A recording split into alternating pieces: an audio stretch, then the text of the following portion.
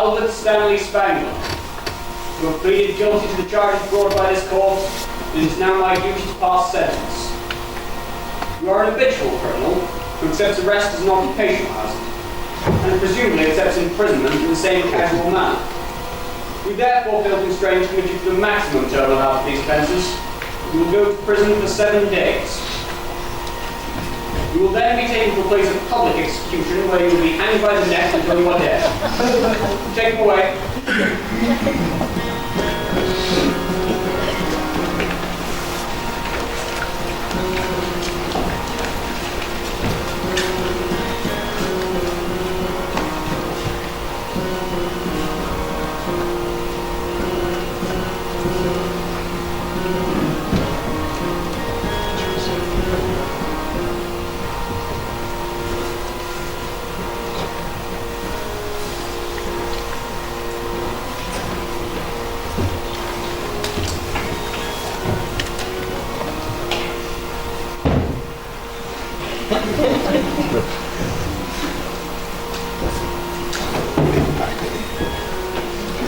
Well done, Mr. Spangler. My bullish way of me. I told you Mr. Spangler was a sticker. Did you set me up, Mr. Wilkinson? Not us, sir. Lord Veterinary's order. He insists condemned prisoners shall be offered the prospect of freedom. Freedom? You were waiting for me. Prospect of freedom, sir. Not actual freedom as such. That'd be a bit daft, eh? Isn't that a bit cruel? Well, Lord Veterinary says it provides for occupational therapy and hope, Mr. Spangler, sir. Anyway, sir, me and the boys were wondering whether you might like to unburden yourself at this point in time on the subject of the whereabouts, where the place is, where the spot is, where, not to speak about the bush. You hear all that money you stole? Oh no, I couldn't do that. Perfectly understood, sir. Now perhaps we can get a move on, because we're hanging you in 10 minutes. Wait, don't I get a hearty breakfast?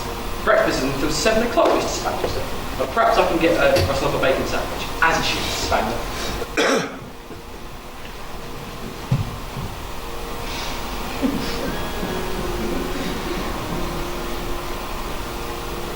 Good morning, Mr. Spangler, sir.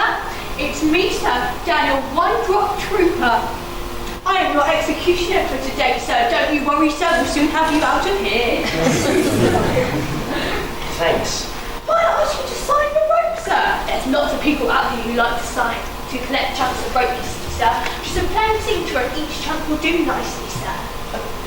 How do you expect to hang me with this lot?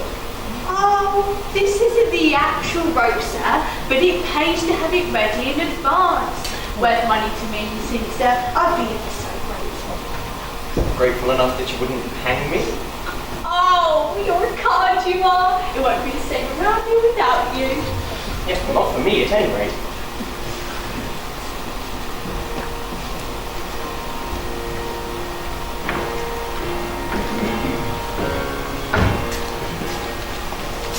Do you really think this deters crime, Mr. Trooper? Well, in the generality, it's hard to say. But in the specificality, I say it's very efficacious. I mean, I've never hung anyone more than once. Nice crowd turned out today. Looks like a lot of people want to see you dead. Any last words? Well, I wasn't actually expecting to die. Good one, we'll go with... Wait! Those aren't my last words. Let me think. It's not as bad a thing I do now. Do you mind speeding it up a bit? Wait, look! That man out there waving at you. Do you think it's a last-minute reprieve? I bring a message from Lord Vetinari. He says, get on with it, it's long past dawn. Come on now, Mr. Spangler, sir. You don't get into trouble now, do you? You words know we can all get on with our lives. Great republic, Well, in that case, I commend my soul to any god that can find it.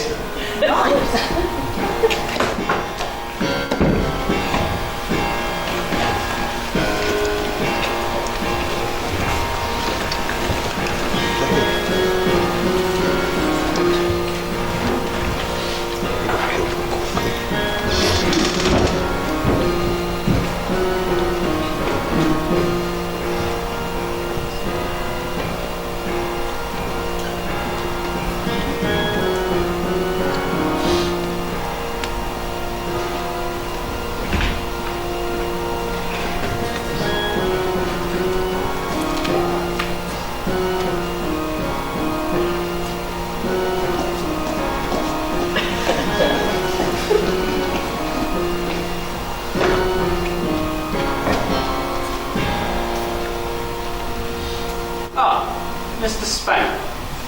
Sorry, Mr. Lidwick, I should say. I see you are awake and still alive at the present time. Oh yes, you were hanged. Or rather, Albert Spangler was hanged. Or so it appeared to the crowd.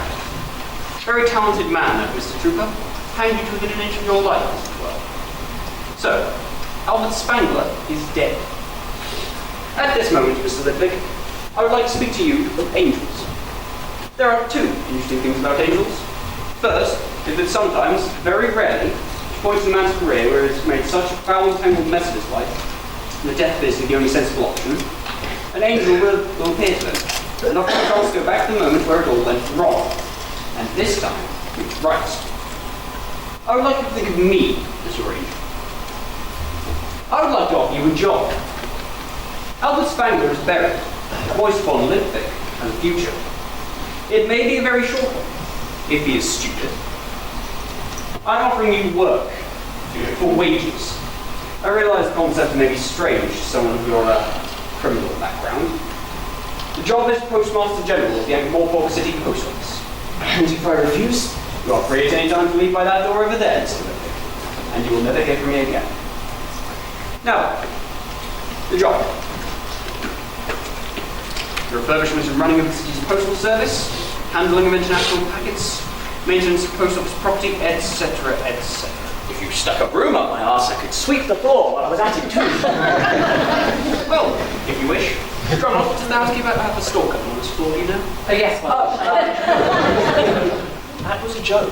Oh, I'm sorry, I didn't realise.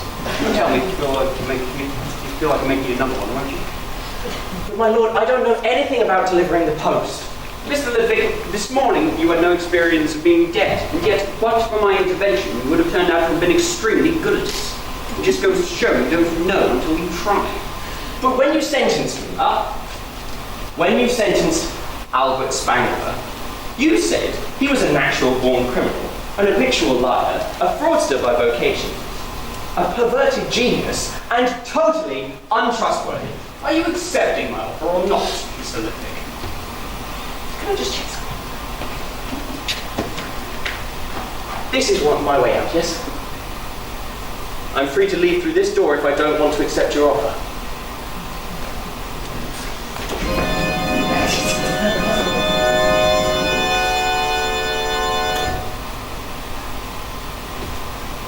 There's nothing there. No flooring. Just a 200-foot drop. 214. The prospect of freedom. Exactly. There is always a choice. Oh, so I could choose certain death. A choice, or perhaps an alternative. You see, Mr. Lidwick, I believe in freedom. Not many people do, although they might protest otherwise. No definition of freedom would be complete without the freedom to take the consequences. But you would take the job. I accept. Of course I accept as a naturally born criminal, an habitual liar, a fraudster, a totally untrustworthy. Welcome to government service. I pride myself on being able to pick the right man. The wage is $20 a week and useful employment in the main building. It's hat too, I think. I shall require regular reports. Good day.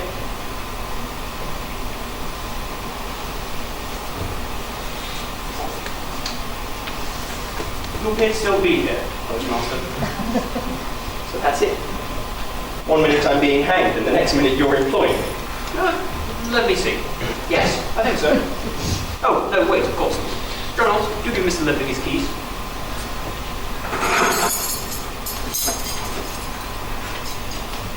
Sign here, please, Postmaster General. Of course. Your correct name, please. What name did he sign, Drumknot? Ethel Snake, my lord. Do try to concentrate, Mr. Ludwig. And now that only leaves the matter of your parole officer. Parole officer? I'm not completely stupid. He'll meet you outside the post office in 10 minutes. Good day.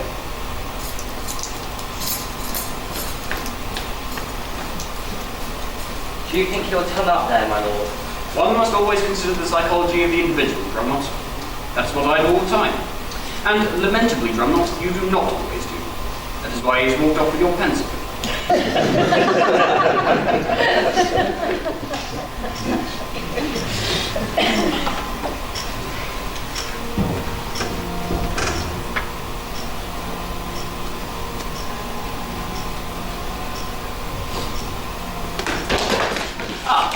Mr. Lippy. Regrettably, we meet again. As you have returned so suddenly, I assume your parole officer apprehended you in an attempted break of freedom? Parole officer? What the hell is it? He, Mr. Lippy, is Mr. Pump. Mr. Pump is a golem. He is a government official, like you. Mr. Pump does not eat. Mr. Pump does not sleep. Mr. Pump, Postmaster, does not stop. And that means... It means that if, say, you were thinking of finding a ship headed for 4X, on the basis that Mr. Pump is big, heavy, and also slow-walking based, Mr. Pump will follow you. You have sleep. Mr. Pump does not. Mr. Pump does not breathe. Deep abyssal plains of the ocean present no barrier to Mr. Pump. 4 miles an hour is 672 miles in a week. It adds up. And when Mr. Pump catches... Let me stop you there. I know a thing or two about golems. They're made of pottery, and they come to life because of a religious bit of paper in their heads. They are not allowed to hurt people. Good heavens, where did you hear that? Mr. Pump, just break one of Mr. Lippig's fingers, would you? Wait. There's a rule. A golem can't harm a human or allow a human being to come to harm. Just one moment, Mr. Pump. Now, Mr. Lippig, can you remember the next bit? Next bit? Mr. Pump? Unless ordered to do so by a duly constituted authority. I've never heard that part before. Haven't you? I can't imagine you would fail to include it. Mr. Pump is a tool. One could hardly have a hammer that refused to nail on the head, now could one? I employ the City Watch, the Army, all of whom are allowed to kill if ordered, or in the defence of the city and its interests. Why should Mr. Pump be any different just because he's made of clay? Ultimately, we all are. Mr. Pump will officially be your bodyguard. Only we will know his additional instructions. And would you mind telling me those additional instructions? Yes.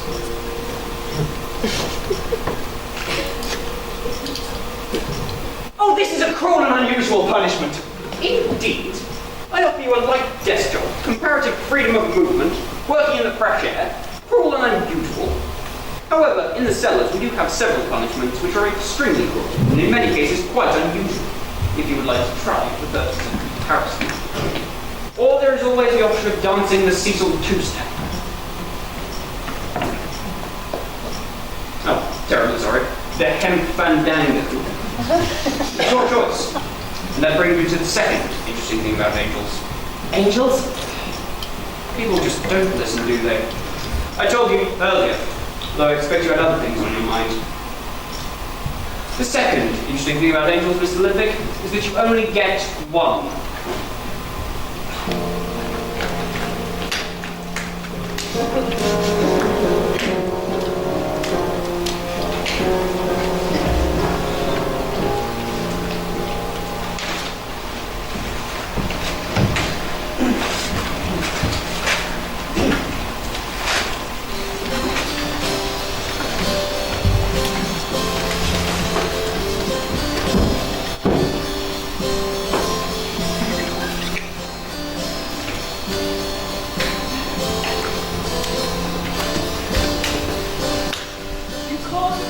And you can't hide, Mr. Lipwig.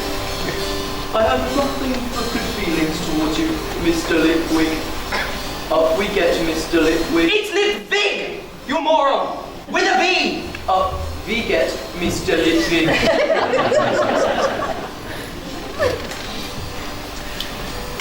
Where are we? The Alpha Post Office, Mr. Lipwig. Neither rain nor snow nor glom of ink can stay these messengers above their duty. The Post Office was a proud institution. Well done, Mr. Lipwig. Your first step on the group benefits both to yourself and to the well-being of the city. Yes, well, we better go in.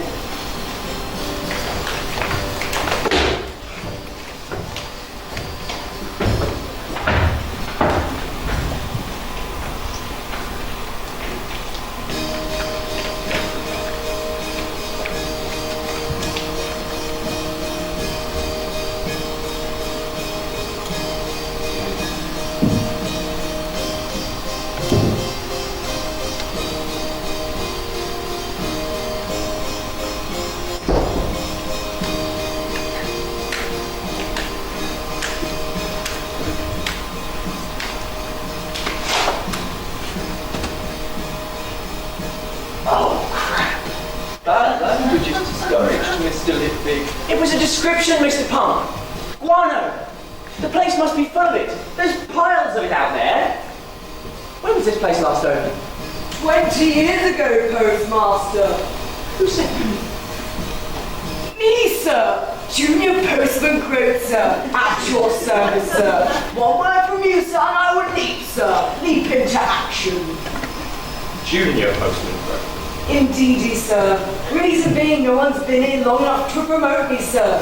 Should be Senior Postman Croat by rights. And you work here? Aye, sir, that we do. Just me and the boy now, sir. We keep the place clean. All according to the regulations, of course. Do I have an office, Mr. Grote? Technically, yes, sir. But we don't go in there no more, on account of the floor. Could give way any minute, sir. Mr. Pump, are you allowed to help me? Or do you just wait around until it's time to hit me on the head? There's no need for harmful remarks, Mr. Lickwick. I'm allowed to render appropriate assistance. So you can clean up the pigeon crap in the hallway and see if you can get some light into here. A golem does not shy away from work, Mr. Lickwick. No, it's not a good idea to touch them heaps. Our apprentice postman Stanley. Orphan, sir, very sad. So you know something about pins, eh? No, sir. Which badge says? I know everything about pins, sir. There's not a thing I don't know about pins, sir. You can ask me anything about pins, sir. Go on, ask me. Well, I wonder how many pins were made in Avon Port last year. Last year, the combined workshops of Bangor Book turned out 27,880,978 pins, sir. That includes waxwood, steels, brasses, silver-headed, extra longs, machine and handmade, reflex and novelty, but not repellents. They should not be broken true pins. Is that sports or blazing? Right. I think I read about it in a magazine once. Pins Monthly? Ha! That's for hobbyists. They're not true pinheads, but they say they are. Last month they had a whole page on needles. Needles, they're just pins with holes in. I told them they just don't want to know. Stanley's the editor of Total Pins. Stanley, why don't you go off with Mr. Lipwick's golem, won't you, and find him a shovel? Then go sort your pins until you feel a bit better. Mr. Lipwick doesn't want to see one of your little, moments, does he? Last month, they had a whole page on pin cushions. Pin cushions. He's a good lad, sir. But Mr. Grove, can you help me? I don't know anything about the post office. Well, sir, what did you used to do? I was a clerk. Yes, I was a clerk. Oh, another one. Well, there's not much to do, really. Yes, but Mr. Groves, I meant to make it all work again. A surprising discovery, Postmaster. These piles aren't just pigeon guano. Oh no. What are they then? Letters, sir.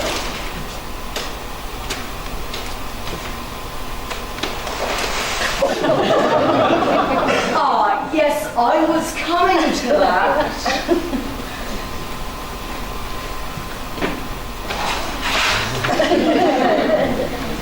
Is this whole place full of undelivered mail? Pretty much, sir. Except the basement and the stables. What? So you mean my office is filled with mail, but you didn't put any in the basement? Where's the sense in that? Not the basement, sir. Far too damp down there. The letters would be destroyed in no time, sir. Of destroying mail from dead people to dead people. We don't know that, sir. We don't know they're dead. Of course not. I mean, some of these letters must only be, what, 100 years old? Why, that's no time at all to a zombie or a vampire. I bet they're still sitting there, eagerly awaiting that delivery. You can't just destroy the mail, sir. That's tampering with His Majesty's mail, that is. What, shoving it under a floorboard somewhere for 100 years isn't? That's more delaying the mail. I mean, there's not an intention of never delivering it, is there? But why is it all here? Or maybe a man's busy, see. Maybe it's not all round. Maybe it's hogswash, lots of cards, see. And the inspector's after his timekeeping, so he thinks, I'll just shove a half a bag of letters somewhere safe. But he will deliver them, right? I mean, it's not his fault the post office keeps pushing him, sir. Pushing him. But by the next day, see, he's got an even bigger bag. So you think, Okay. I get the picture. I just don't think you're telling me the whole story. What's your first name? Tolliver, sir.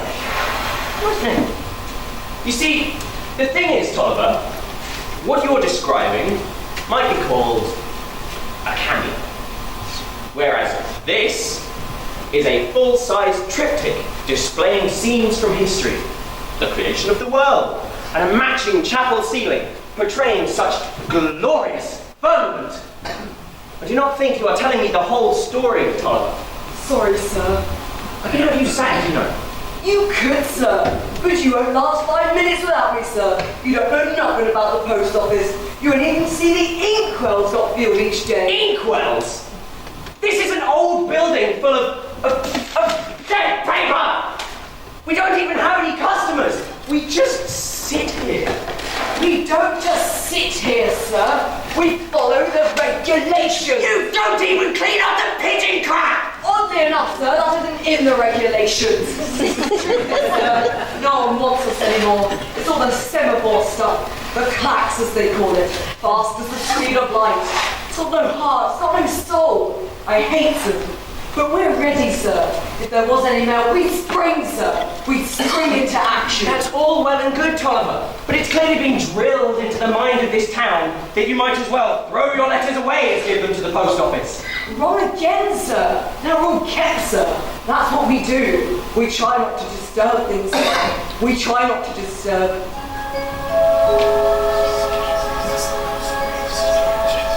Anything, sir. What kind of anything? Oh, nothing, sir. We just go carefully. And you call this a life? Much better than a death, sir. Tea, sir. What? Oh, yes, please. Thank you.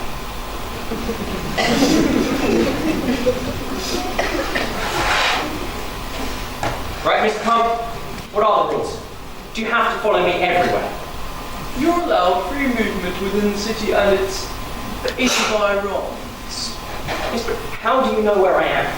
Karmic signature, Mr. Litwick. And that means... It means I know exactly where you are, Mr. Litwick.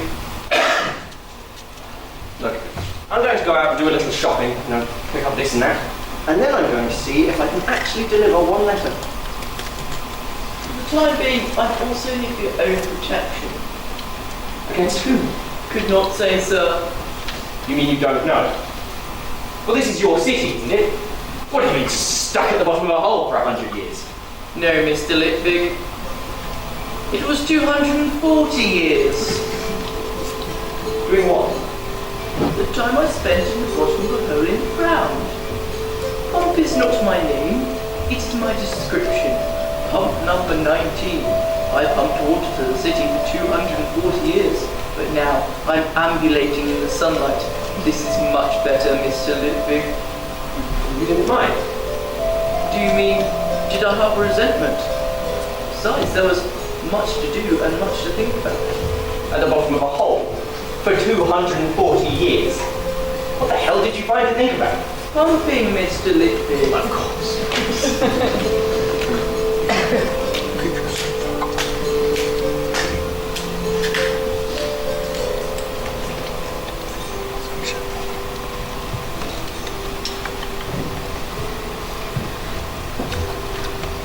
Be the inkwell's filled, tradie postman Stanley. I, Junior Postman, wrote, filled to the depth 1/3 inches double the regulations rule C18. Could I see the picture, Mr. Rowe? Very well, but it's not too good to look at the face of a god too often. But you said there used to be a big god statue over the main hall. People looked at that all the time. Yeah, but I don't reckon they looked at the face much. More at the wings. On his hat and ankles, so you could find messages at the speed of messages. On his hat and ankles, yes, but not only there though. Oh, he's got wings on his. Big leaf, that's what we call it.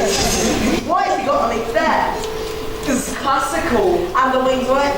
I suppose they thought the more wings the better. So if his hat and ankle wings are working, he'd be held up by Stanley, it's just the statue, don't get too excited. You don't want to upset them.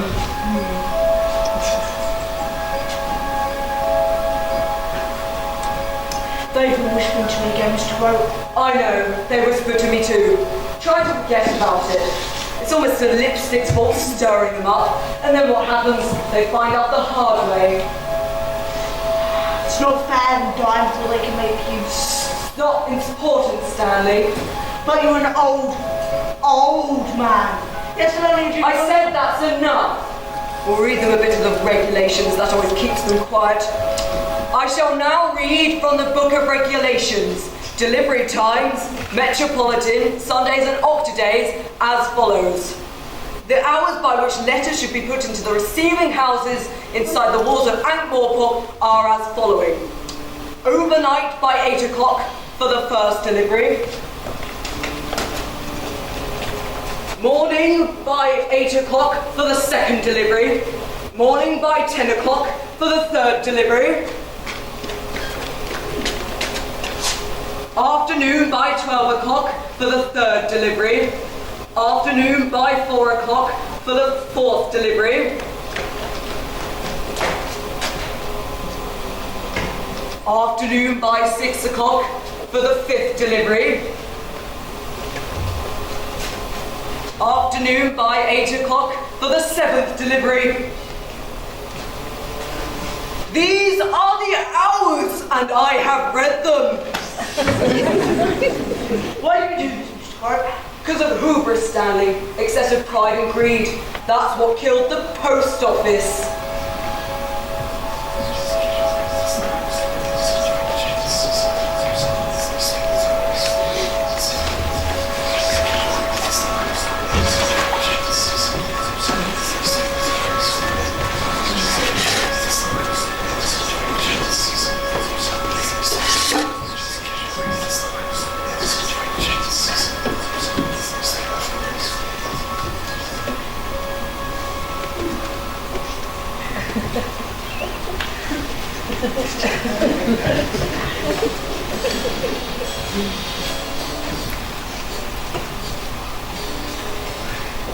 Yes, sir. How can I help you?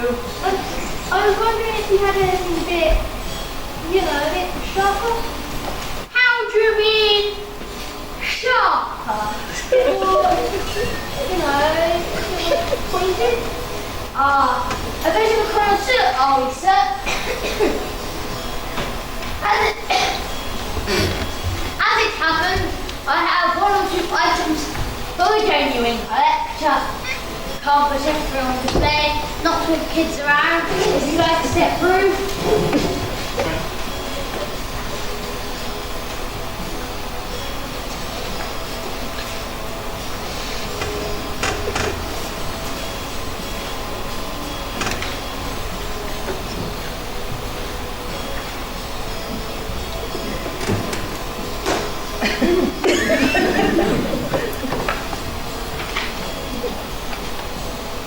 Sure about that, are we, sir? We've got pins monthly, new pins, practical pins, modern pins, pins extra, pins international, talking pins, pins world, world of pins, pinnerings and pinneries.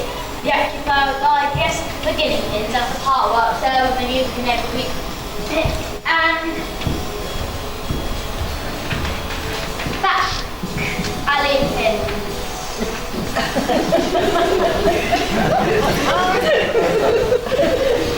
Now, yes, I've heard about this one. There's a Lots of pictures with ladies not wearing much leather.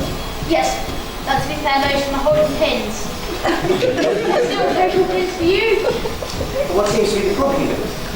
Nothing at all. Just the edge is a bit A bit what? weird about pins, to tell you the truth. Really?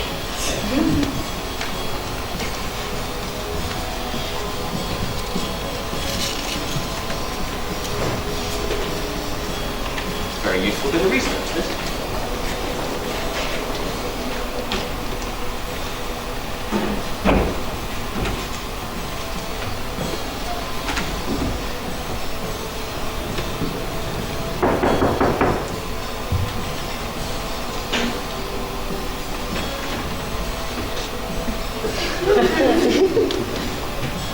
Mr. Robert Parker? That's far. He's out the back packing a difficult cabbage. What? Well, this is for him. Small. Oh, that takes me back. We used to put that on our letters when we reported. Didn't you? Seal with a loving kiss? There was Swart and Ranker. Oh, and Clap. Well, that's in the past. Thankfully, and if it means young men is giving bad lessons to this small column, I'm thankful it is. Dad!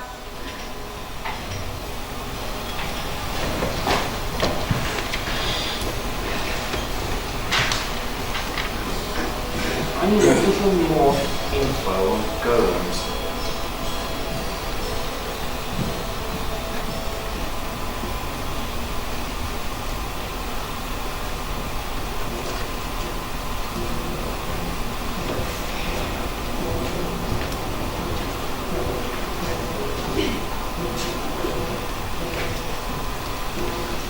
Hands where I can see them, mister. Oh. We had visitors last night. Can't be too careful. Happens around once a month. You have to have caught me. I only came in to check. Nothing had been taken. Are you here to sell or to hire? You can put your hands down now.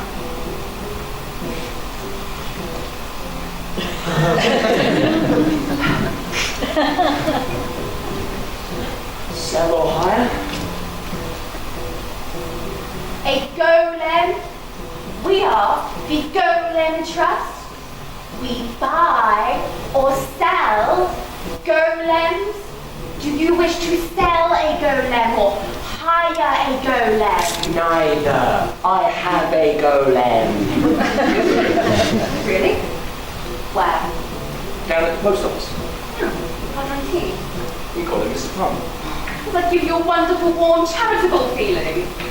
Excuse me? Sorry. Bit stressed, got me to break in. They do have feelings in their own way. They're just not like us. How much do you know about golems? Now, I know they were baked out of clay, and they come to life because of some sort of religious scroll in their heads. They never grow tired, they never wear out, and they'll do any job you ask them to. You own one in a similar way to how you'd own, say, a hammer.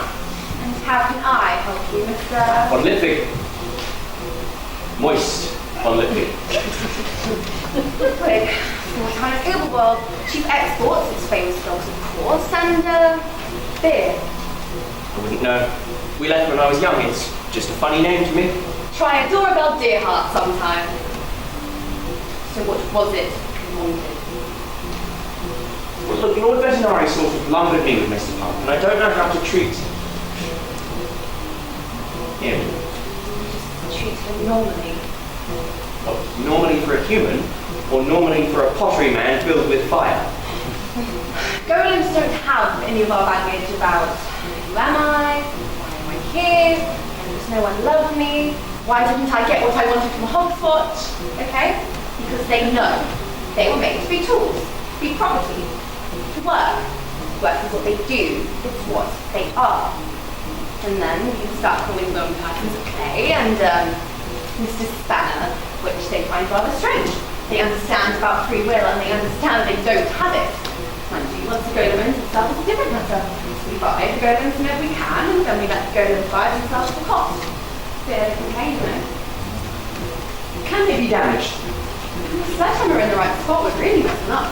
I'm going to stand there and take it, but the freak ones are allowed to defend themselves. There's lots of info in our pamphlets.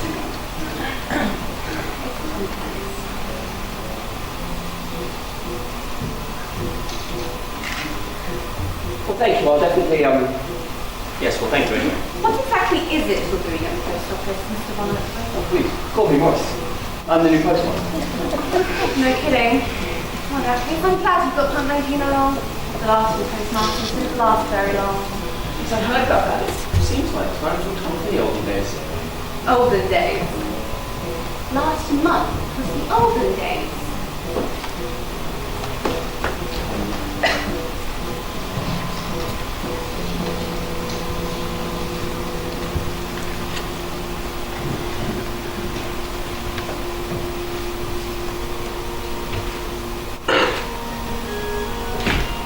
The gentlemen and ladies from the Grand Trunk Cinema Hall Company are now all here, sir. Here are the files you asked me to prepare for you.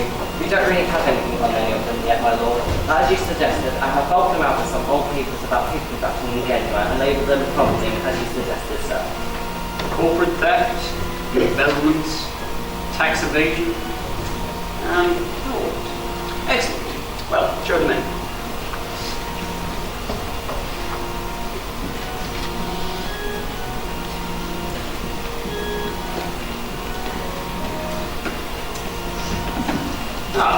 So kind of you all to come for this little chat. I understand the backers of your rival company, the New Trunk, are in disarray. I am very pleased, therefore, to hear that your own, Grand Trunk, is now back in operation. I understand it was shut down all day yesterday. Such a shame. What with it being so vital and there being only one of it. Mr. Slant, I recognise most of your colleagues, but... Apologies, my lord. This is Mr. Richard Gilt. Ah, Mr. Gilt. A pleasure to meet you at last. I read with interest your article in the Times. You were very keen on freedom, I note. You used the word tyrant once and tyranny 3 times. Now, my staff has prepared me some notes on directorships. It seems to me that some of your clients work, as it were, for each other. Is that normal? It is quite common for people with particular expertise to be on board of several companies, my lord. Even if the companies are rivals? There are established protocols to ensure there are no breaches of confidentiality. It is as if there were created walls in between each separate section of an individual's business interests. Ah, yes. The Gateian walls. Indeed.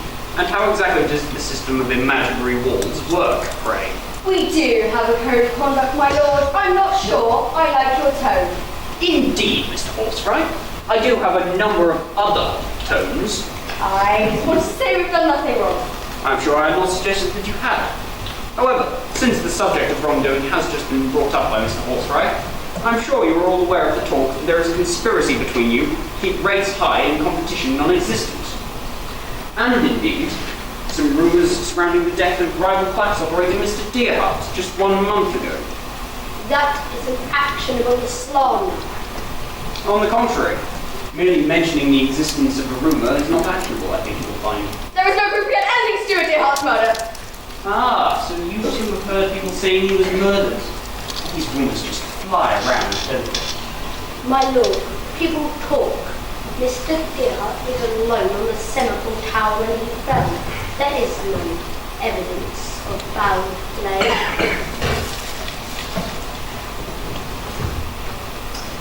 Let us consider a situation where some very inventive young men come up with speedy means of communication. They have the idea, but no money. Soon the costs are spiraling, and they are forced to sell out to a group of wealthy backers. However, I note that since you acquired the trunk at a fraction of its value, the number of breakdowns has been increasing. Costs to customers have risen, and the speed of messages has slowed down. Last week, the trunk was closed for almost 3 days. Hardly as fast as lights, gentlemen. That was for essential maintenance. No, it was for repairs. Under the previous management, the system closed for an hour each day. That was for maintenance. Now just run the towers until they break down. What do you think you're doing? With respect, my lord, that is none of your business. We own the trunk. It is our property. Customers always complain. We can still get a message across the disk in a day when it used to take months. We are answerable to our shareholders, my lord, and not with respect to you. This is not a tyranny, I hope. This is, with respect, a free city. The only choice your customers have is between you or nothing. Exactly. There is always a choice. Ride a horse a few thousand miles, or choose us. Or fund and build a rival system. Oh, except every company that has tried that has failed in tragic circumstances. Falls from the top of semaphore towers, for example. Anyway, the purpose of this meeting was to inform you that I am reopening the post office. I'm sorry, the post office? But that was a lumbering, smug, overstaffed monster of a place. It barely earned its keep. But in business areas of the city there were 7 deliveries a day. Not at the end. It was useless. They used to take someone to hide their body, take it to the post office, never be seen again. And was it? What? Was it seen again? Well, how would I know? Oh, I see. It was a joke. I have high hopes of Mr. Lipwick. Young man with a good head for heights. Don't imagine he'll be climbing any high towers. And now, I am conscious I'm keeping you through your business. I do trust Trump will be back in full operation very shortly. Good day.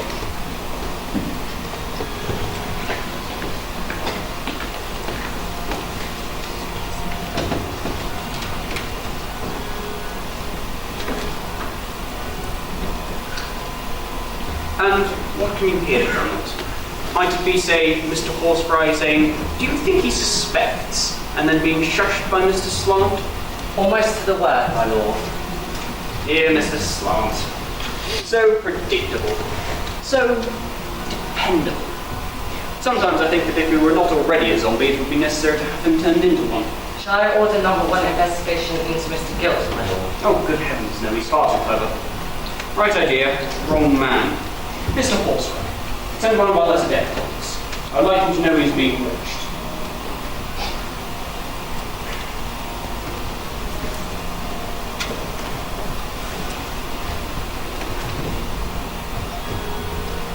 Tell me, Trot, would you say I was a tyrant? Certainly not, my lord. Ah, but that's the problem, is it not? Who will tell the tyrant he's a tyrant? That is certainly a tricky one, my lord.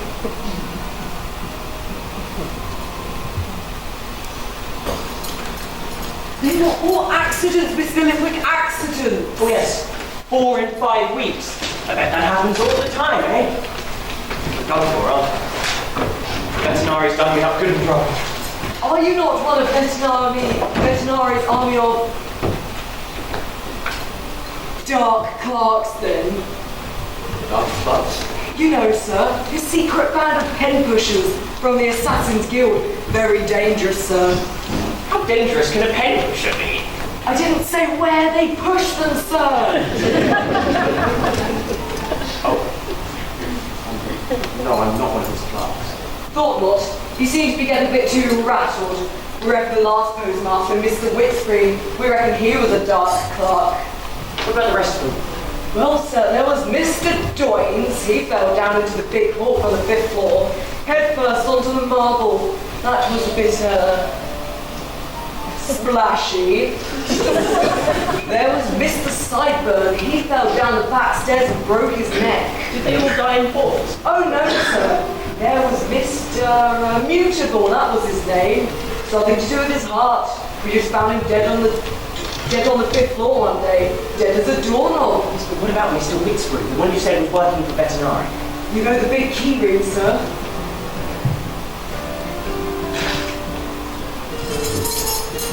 Yes? There's one key missing now. The city watch took it. Some doors ought to stay closed, Mr. Lipwick. Mr. Whitspring died in an industrial accident, sir. His head was all over the wall! Oh dear, now you can set him off. I'll just go and fetch your pills, lad. Stanley, what was the most expensive pen ever made commercially? Commercially. Leaving so those special things made for exhibitions and trade shows. It was another 3 broad-headed chicken. Made for the lace-making market by the noted pinner Josiah Daltrey. Oh. Let me see, I was just walking around earlier and Found this? Spotted it between a couple of cobbles on Market Street. Thought it looked a little odd for a pin. You know, we found this in the street. I thought you didn't know anything about pins. Well, I dabbled a little when I was younger. You know, the odd mixed pins on approval. Oh, there's never anything worthwhile in those. Clean as a new pin. See a pin and pick it up, and all that day you'll have a pin. I'd play with this my pin holder, sir. I thought you would. Off you go, Stanley. What amazing eyesight you have, Mr. Litwick. Thank you, Mr. Gray. Spotting it in the cobbles on Market Street and it being all brick paved up there. Bricks, cobbles, what's the difference? I'm rather at it. I have an errand I need to run. And I would like you and Mr. Punk to come along with me. I think it's about time we got our sign back. Sign, sir. The missing letters from the post office motto. I noticed that the barber shop in town, owned by a Hugo, their sign has been made with letters nicked from our post office motto. That's worse than stealing, that is. That's treason. Exactly. So I say we go and get them back. Yes, sir.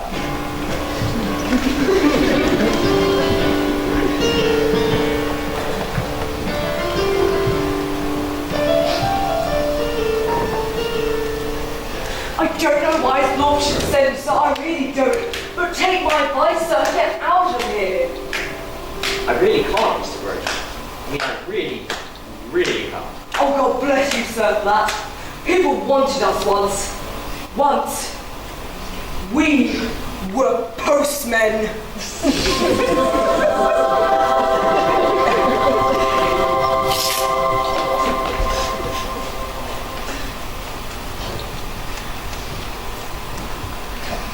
Mister, are you the postman? Young man, I say, are you the postman? Well, yes, I guess I am. You delivered me this letter from my Aggie. I'm Bob Parker. Now, where some people might say a bit on the late side, I say a bit on the late side. Oh, I am sorry. Sorry, what have you got to be sorry about? It's not your fault, but you were even more than posted. More for me thinking she didn't care. I was so unhearted. I went up and joined me camels, funny hats, sand, where you go to forget. The Clatchy of Foreign Legion. That was it.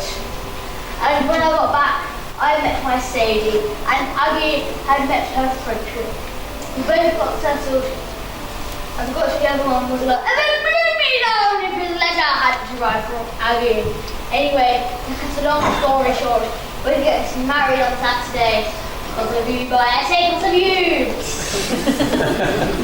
Well, won't Sadie and Frederick object? Doubt it. Frederick passed away 10 years ago and Sadie from though, it's last 5. We're so sorry to see them go, but as Aggie says, it was all meant to be, and she was sent by a higher power.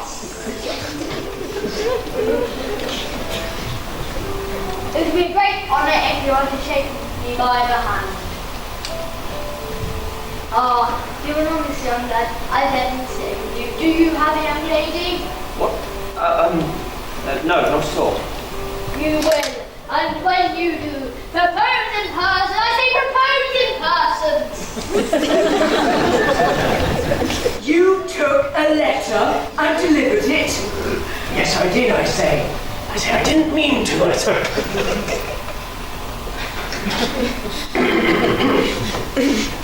I just happened to be in the So area. you're saying you took a letter and delivered it? Well, that's what we're supposed to do. We're supposed to deliver the mail, man. That's our job, remember? How old was it? Was it in good condition? It was a 40-year-old letter in a cheap envelope. It didn't get delivered, and it ruined 2 people's lives. I delivered it, and now 2 people are much happier. I don't seem to see the problem here, Mr. Gray.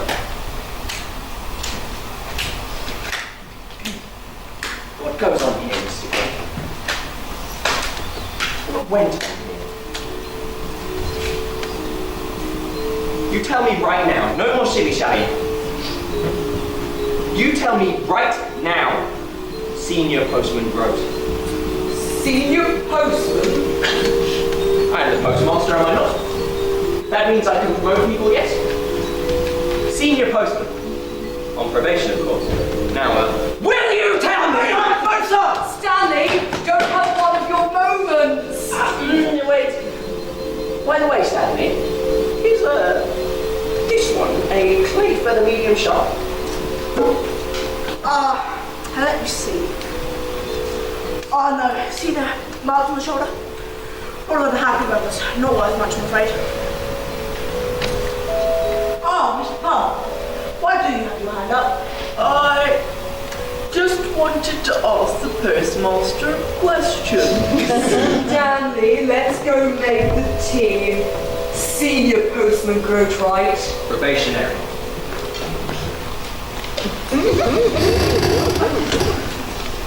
You lied to Stanley. A column's allowed to lie. You can put your arm down now, by the way. I've been schooled in the nature of social untruths. Yes, I cannot allow you to come to any inappropriate harm. You can't just kill people. Why not? You do. I have never laid a finger. Inappropriate harm. I have never laid a finger on anyone. I may be all the things you know I am, but I am not a killer. You have killed 2.338 people. You have stolen, embezzled, swindled without discrimination. You have taken money from those who have had little. In many small ways you hastened to the deaths of many. You did not know them, but you did it for the sport. And I'm paying for that. I was nearly hanged. What will you do now, Mr. Lindsay? Me? I'm going to make my way to the top floor of the post office.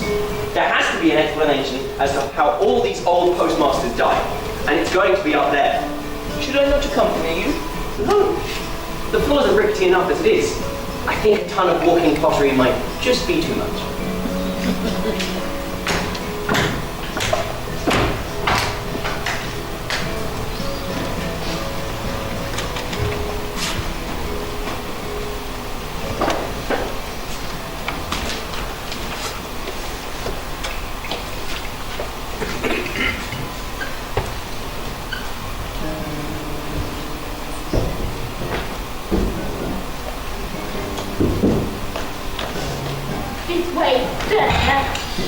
I will see Mr. Gill.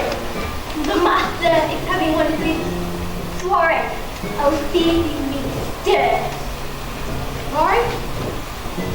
Oh, soirees. Exactly, sir. If you wait one of them. Crispin the forthright, sir.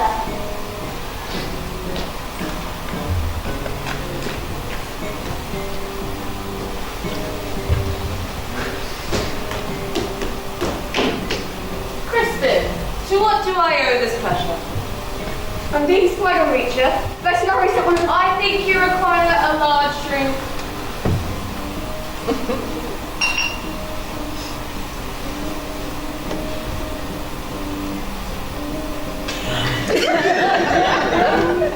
I'm sure you are shying at flies, my dear detective. Someone's spying on me. I saw a man in black standing in the corner of the garden this evening. A thief, perhaps?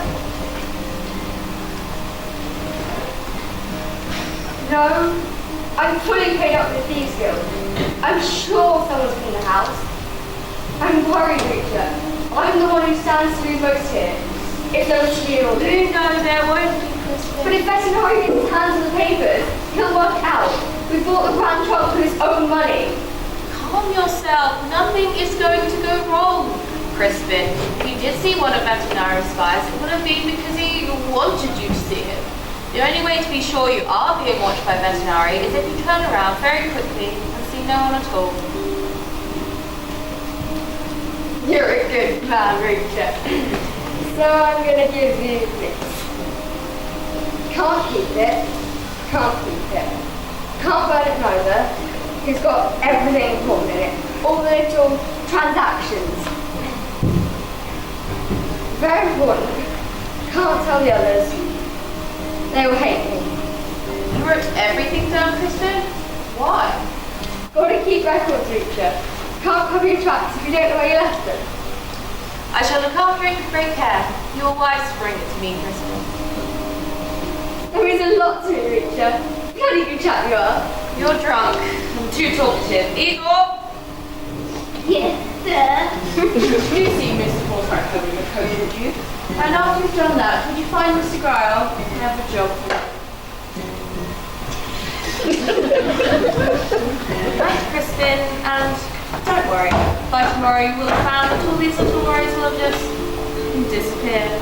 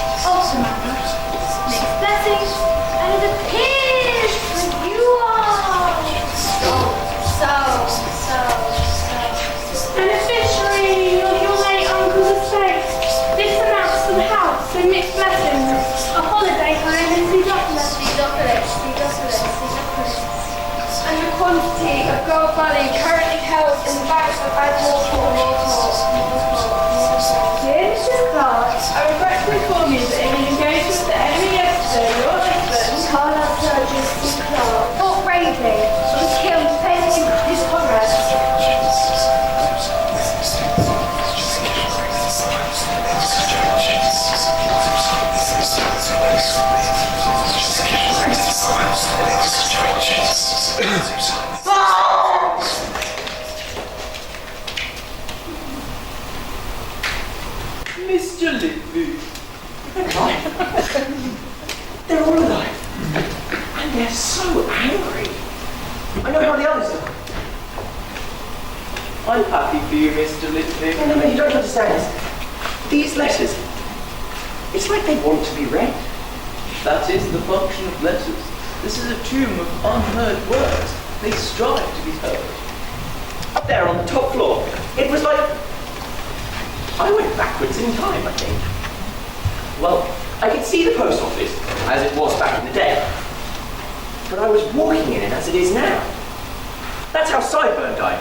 He fell down a set of stairs that weren't there in the past. It's very disorienting. Yes, I could see that. Walking around the post office as it is now, but seeing it as it was in its heyday. Yes, well, your hat, postmaster. Where did you find that? Underneath some letters in the postmaster's office. It's the prophecy. It's coming true. Wishing that someone would come along and fix this isn't the same thing as a prophecy, Mr. Grove. They whisper in the night, sir. We have to read them the regulations to keep them quiet. Go on, sir. Put the hat on and see what happens. Feel anything? It's a bit scratchy. Oh well, did you, sir?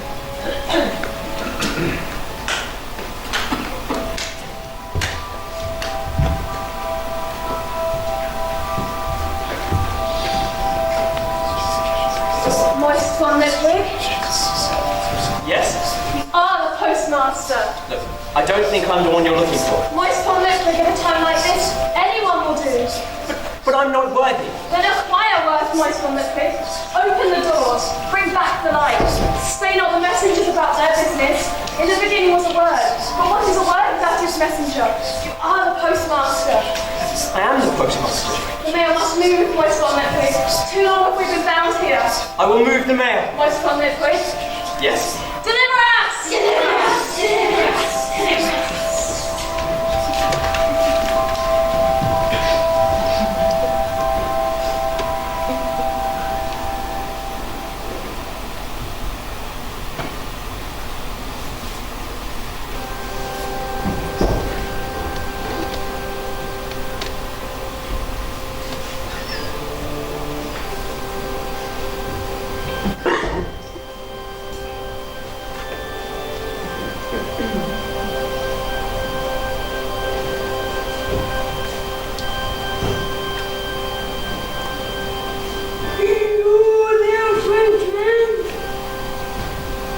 What?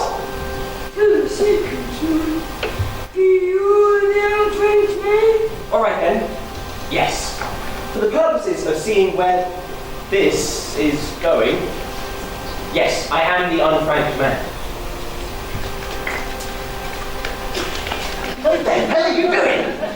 The unfranked man dreads the war. Let me go, you dark sods! The unfranked man will return to sender in no short order. The unfranked man will be weighed in the balance. Let him walk the walk.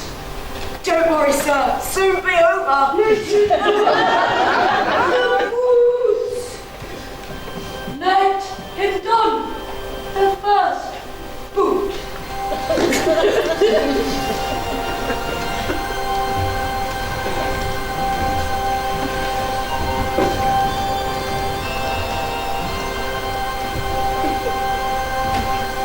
He has donned the first boot. Don the second boot.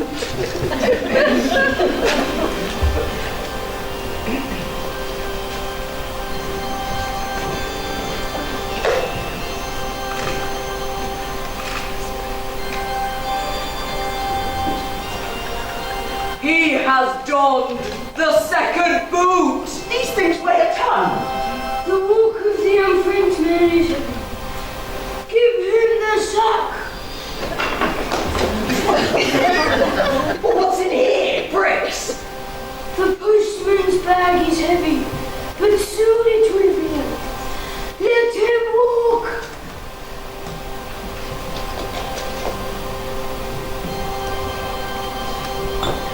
Ow! Postman, what is the first oath? True. Would you bleeding credited? Care what they leave on the paths these dark mornings? The carelessly discarded beer bottle impedes him not. Walk on, sir. This is the postman's walk, remember? You get through come rain or shine, sir.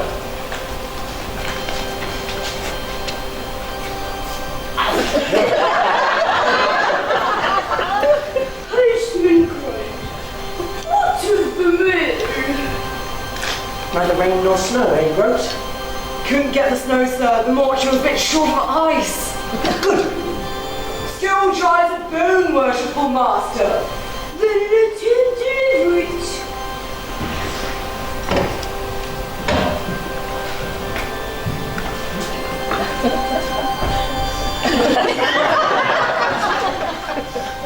Postman, what is the second oath? Blimey! Why can't they put these at a sensible height? It's very jig with my sciatica. He has delivered the mail. He has walked the walk, worshipful master. He is now truly our postmaster general.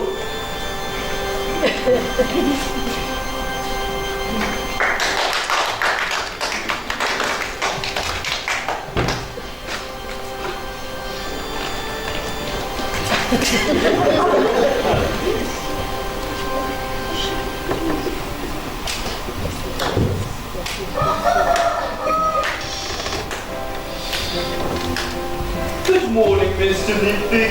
The postman awaiting, sir. Postman? What postman? The Brotherhood of the Order of Post. They're old but wiry. All volunteers. Used to work here in the olden days. They've been sorting out the mail for hours, sir. You hired them yesterday? I don't remember doing that. Did I do anything else? Yes, you promised to bring back the big chandeliers and the long polished counter. You also said you'd bring back the statue of the winged god. Very impressive, sir, because it was melted down years ago. You also said something about undelivered messages. Yes.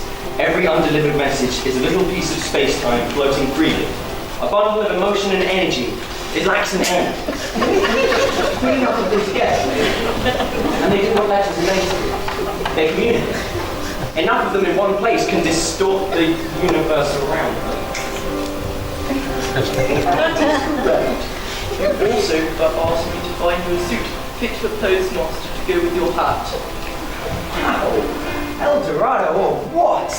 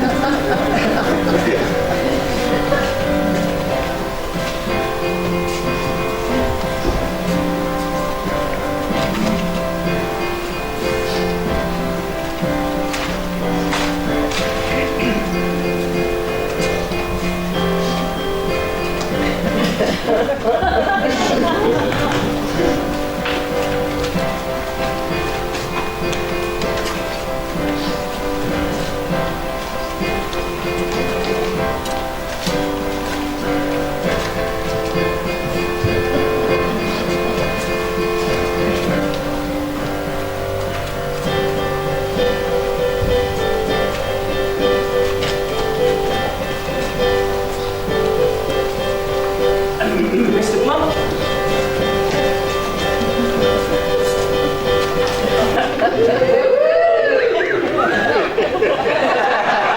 Ready for inspection, sir.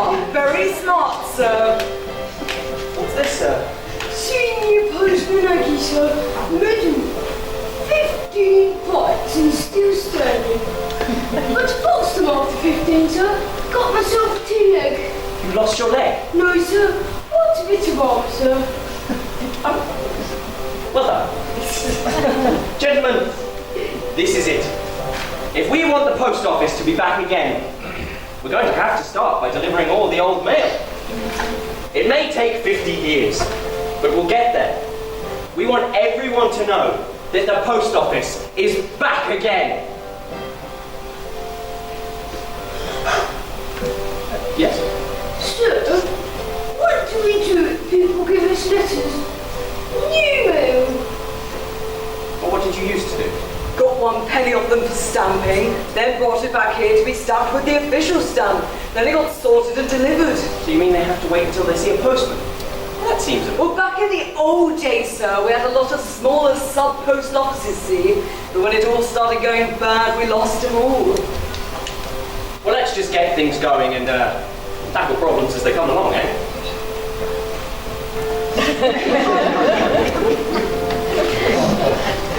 Mr. Grover,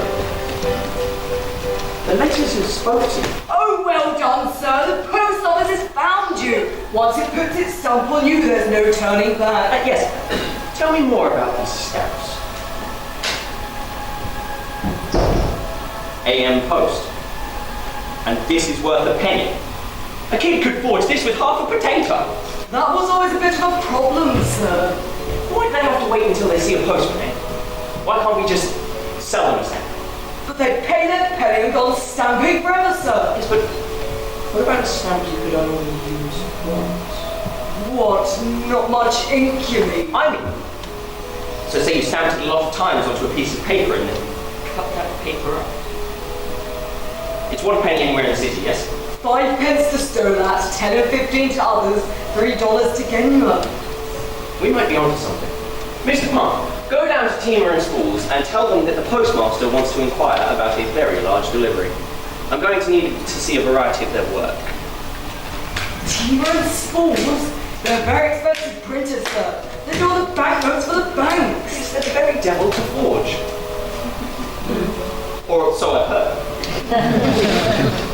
So, $3 to January. You know what? We'll get a dollar stamp. We might put it up to $3 later. $3, sir? That's thousands of miles, sir. I mean, we have got a bunch of old men and they're pretty spry even, but you've got to learn to walk before you run. No, Tolliver. Never say that, never. Run before you can walk. Fly before you can crawl. You want a decent mail delivery service anywhere in the city. I say we should be able to deliver mail to anyone, anywhere in the world. Well, sir. Let's get busy. I'm going to need people. Lots of people. The mail will move. Yes, sir. We'll do new things in interesting ways. That's the spirit, Tolliver. Go.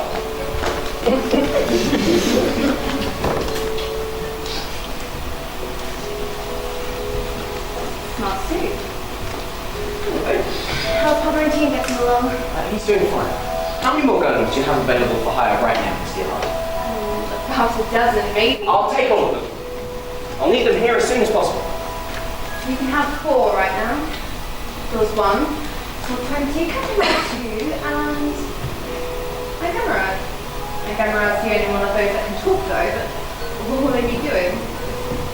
Being postman. In public? I don't think you can have a secret postman. Why, is that a problem? People can be a bit jumpy with golems. You understand? They have to have 1 day off every week. A day off? Well, that doesn't make any sense. They're just a tool, aren't they? A hammer doesn't get a day off. Why should a golem get a day off? To be golems? Why sure they're not just a hammer? So Mr. Pump has a day off coming up? Of course. Good. Dinner tonight, Miss Dearheart?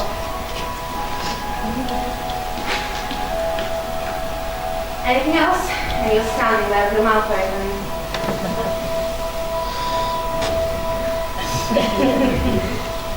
Oh, that's everything, okay. Well, I'll leave you to it. Brighten up the world like a little sunbeam.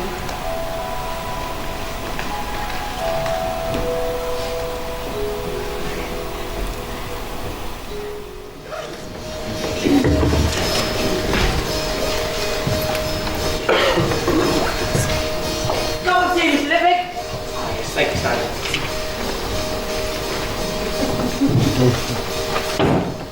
Mentioned you wanted to get in the club. Well done. What are you drawing? These are the designs for my new stamps. Looks like a post office. And that was an old veterinary. Good design, isn't it? They look like it's painted.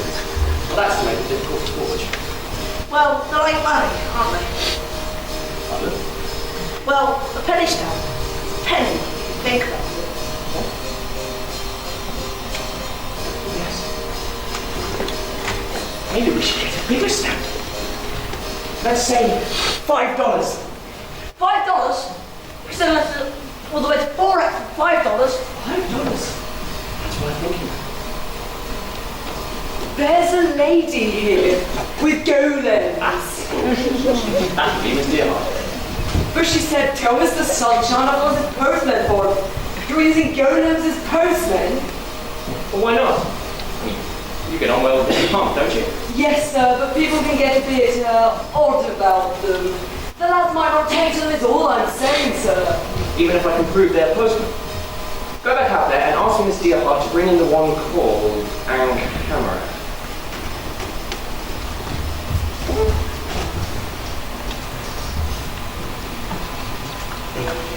Miss Dearheart, what would you say is a postman? A messenger, I suppose. I was a messenger. Running errands, eh? Most recently, I delivered the decrees of King Het of Foot. Never heard of any King Het. I expect that is because the land of Foot stood under the sea 9,000 years ago. So it goes. Remind me, you're 9,000 years old? No, I am 18,000 years old, having been born in the fires by the priest of Uppsala.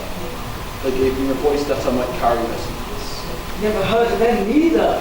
The land of Uppsala was destroyed by the explosion of Mount Sh***.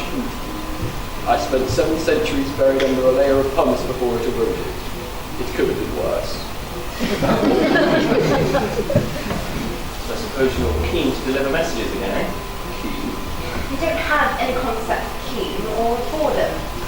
You will satisfy the imperative to perform a directed action. Yes, messages must be delivered. That is written on my care. That's the scroll in their heads that gives the its instructions. You really used to deliver messages for kings? Many kings, many gods. But you will decide if he is a postman. He's a postman and a half, Mr. Moist. I'll clear up the lads, never fear. It'll be an honour, sir, an honour to work with him. Thank you. Gentlemen, and Cameron.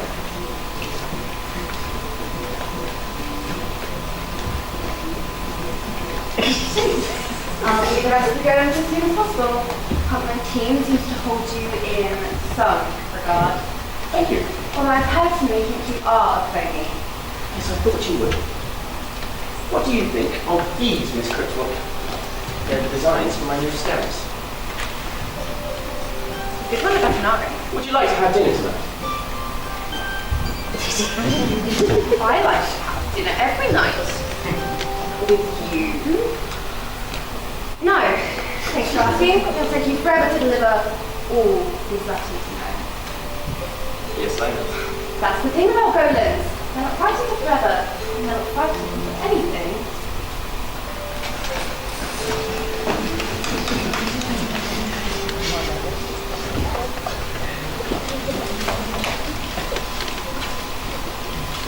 You certainly know your paper, Mr. Litwick.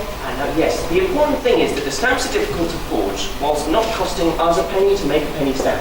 Oh, we know the tricks, Mr. Litwick. Don't you worry. See? Thank you. I'll need the penny and twopenny ones by tomorrow, Mr. Schools, please. My word, you're quick off the mark, Mr. Litwick. You've got to keep moving fast, Mr. Schools. You never know who's catching up. You'll scorch your boots, postmaster.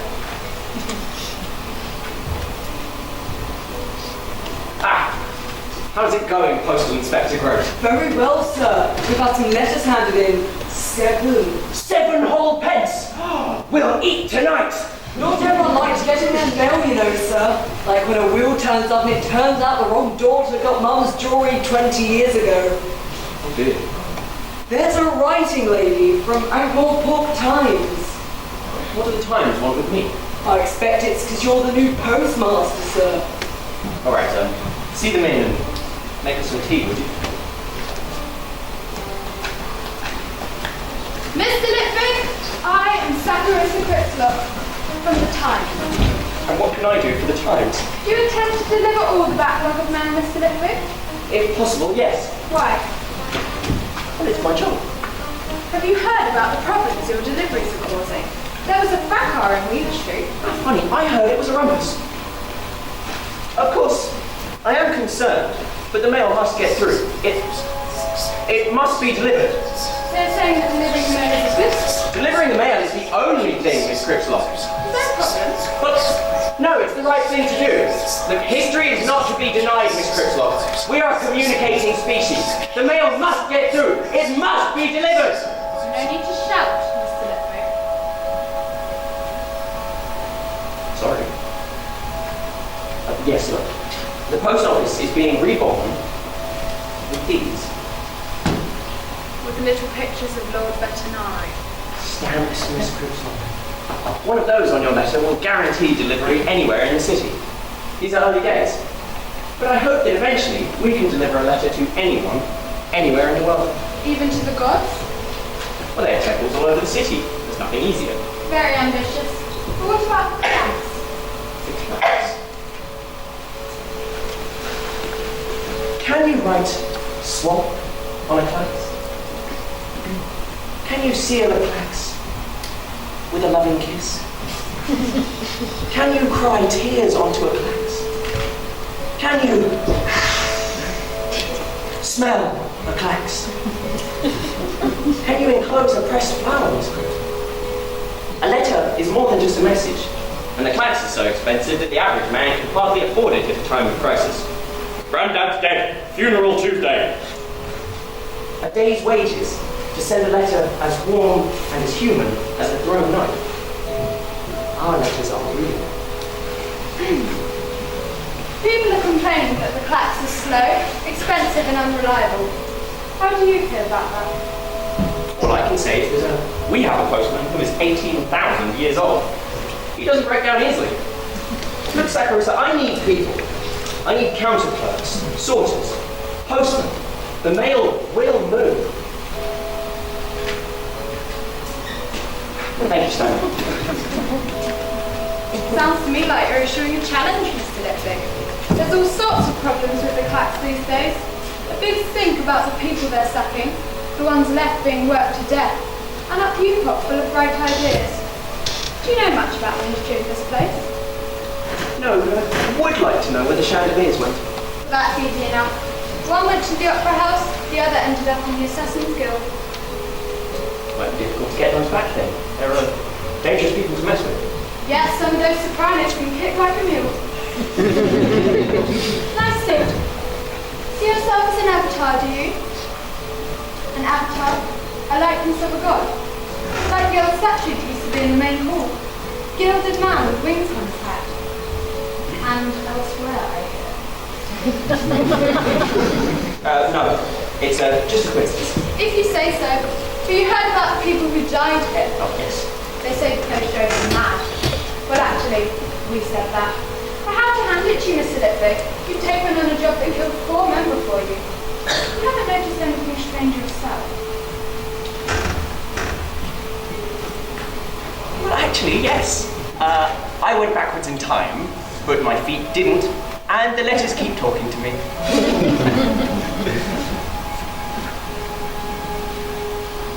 Nope, nothing strange at all. Good. How old are you, Mr. Lipwick? 26, is that what? We like to be thorough, Mr. Lipwick. Besides, it's important if we need to write your obituary.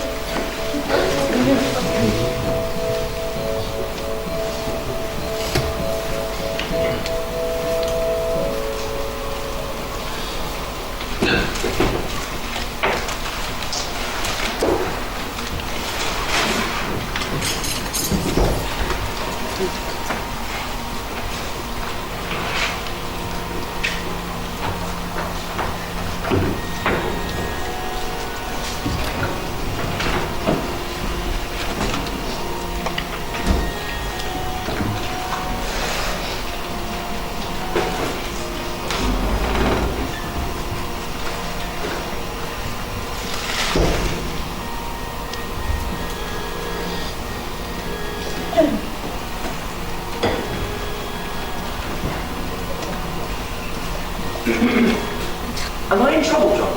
I wouldn't care to say, sir. Have you read the Times this morning?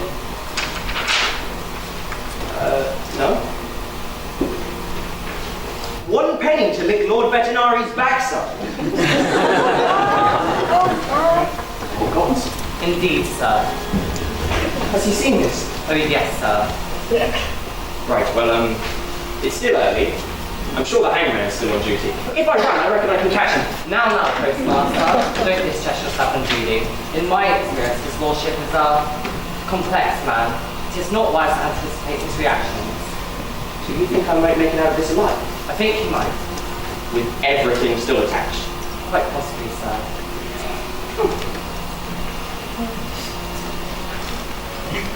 Anywhere in the world, even to the gods, our postmen don't break down so easily. History is not to be denied. Very impressive. I didn't exactly say. In my experience, Miss Cripslop writes down exactly what one says. It's a very annoying thing when journalists do that. It spoils the fun. And I gather you were also selling promissory notes. What? The stamps. A promise to carry a penny's worth of mail. A promise that must be kept. Do come and look at this. See that big flex tower over there out on the top? Not much activity on the Grand Trunk this morning. Problems on a tower out in the plains, I gather. Nothing getting stowed out and beyond. But now, if you look down... Why, that's a queue. That's a queue outside the post office. For stamps, as advertised. Go to it, Mr. Lipwick. I'm sure you're full of bright ideas. Don't let me detain you. My lord, about the other thing?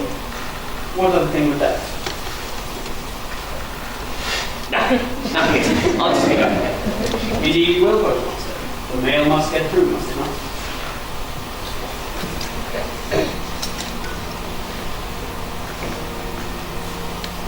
There you go, sir. Quite a turn of speed. Indeed. I see Mr. Crispin Horsepipe has passed away quite slowly, sir. So I understand, Dronot.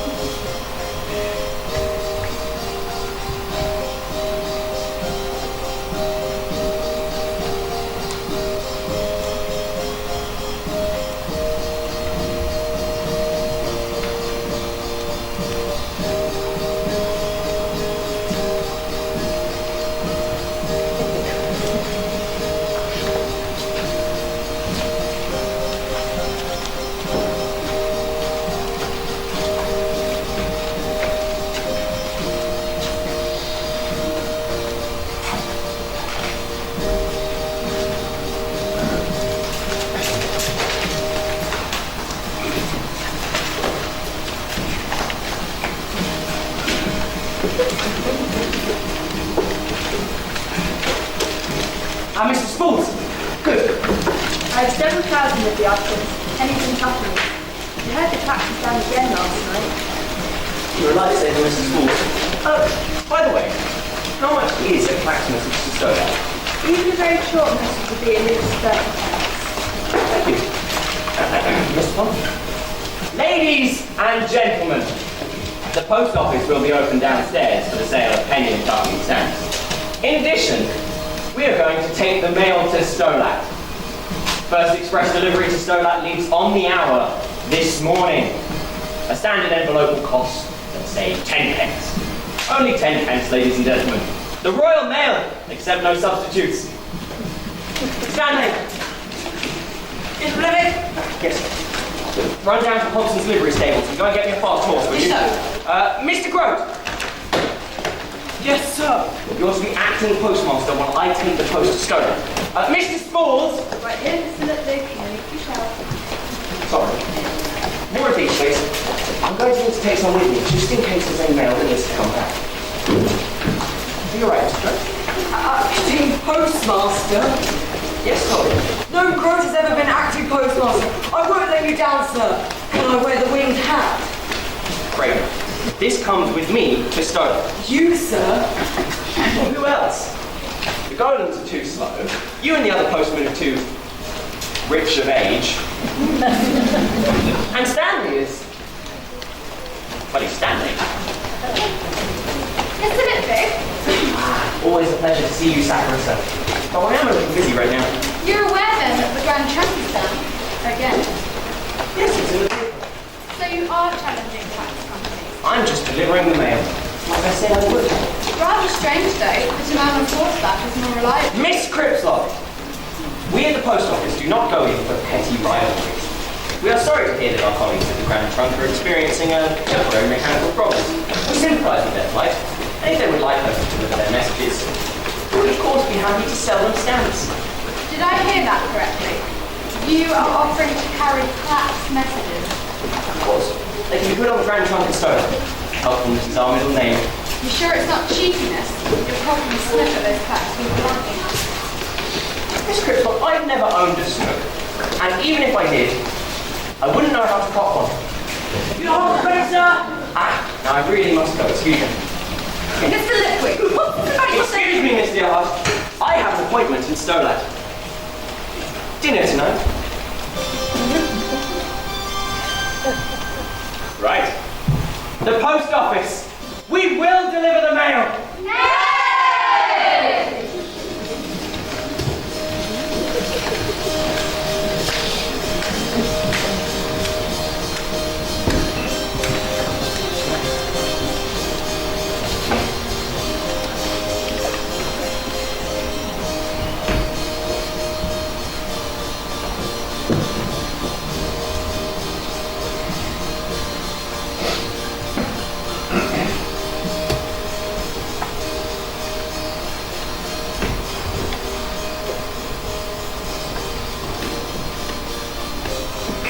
another delivery to Kenads, sir.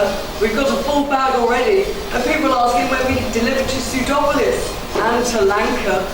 Lanka? That's over 500 miles away. Oh yes, sir, it's got very busy while you're away. There's people wanting jobs since the paper came out. People from old postal families just like me. I put some of them on pro-temp for the time being, seeing as how you may be assistant head postmaster. I hope that's all right. I've had to send Mr. Spalls back for some more stamps.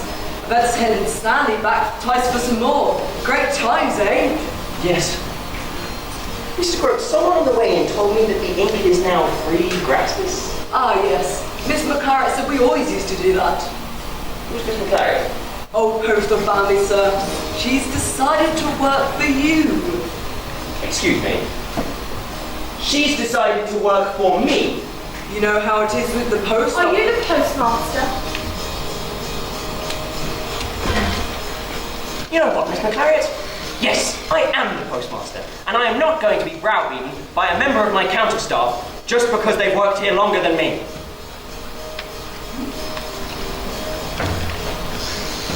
Yes, I am.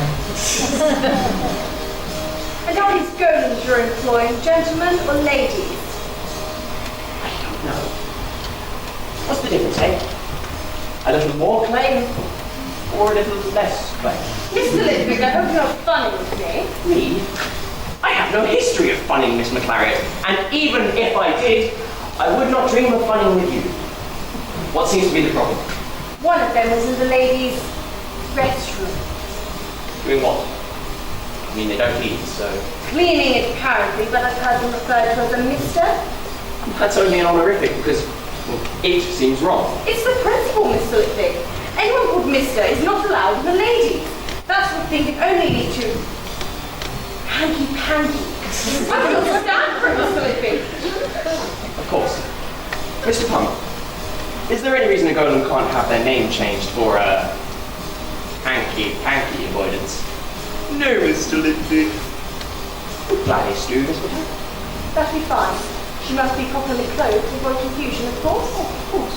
Mr. Pump? I shall arrange a campanelle too. I'm sure she will not be disappointed in a change of status. Very good. Anything else, Mr. Parry? For the time being, no. I must go back to the hall, otherwise people start to the pens. You have to watch my hawks, you know? Good woman, that. Put that pen back this instant! You said people wanted jobs because they've been in this morning's paper. Yes, sir, but the lunchtime she really started off. Get this sorted. If there's enough mail for another delivery, get one of the younger lads to do it. It doesn't have to be fast. Call it the overnighter. We could do an overnighter to Quirben to 𝙬𝙚𝙚 if we could change horses like the mail coaches used to do. Well, why can't we use the mail coaches? I mean, they're still called the mail coaches, yes? You go down there and tell whoever's in charge that we are back. Yes, sir.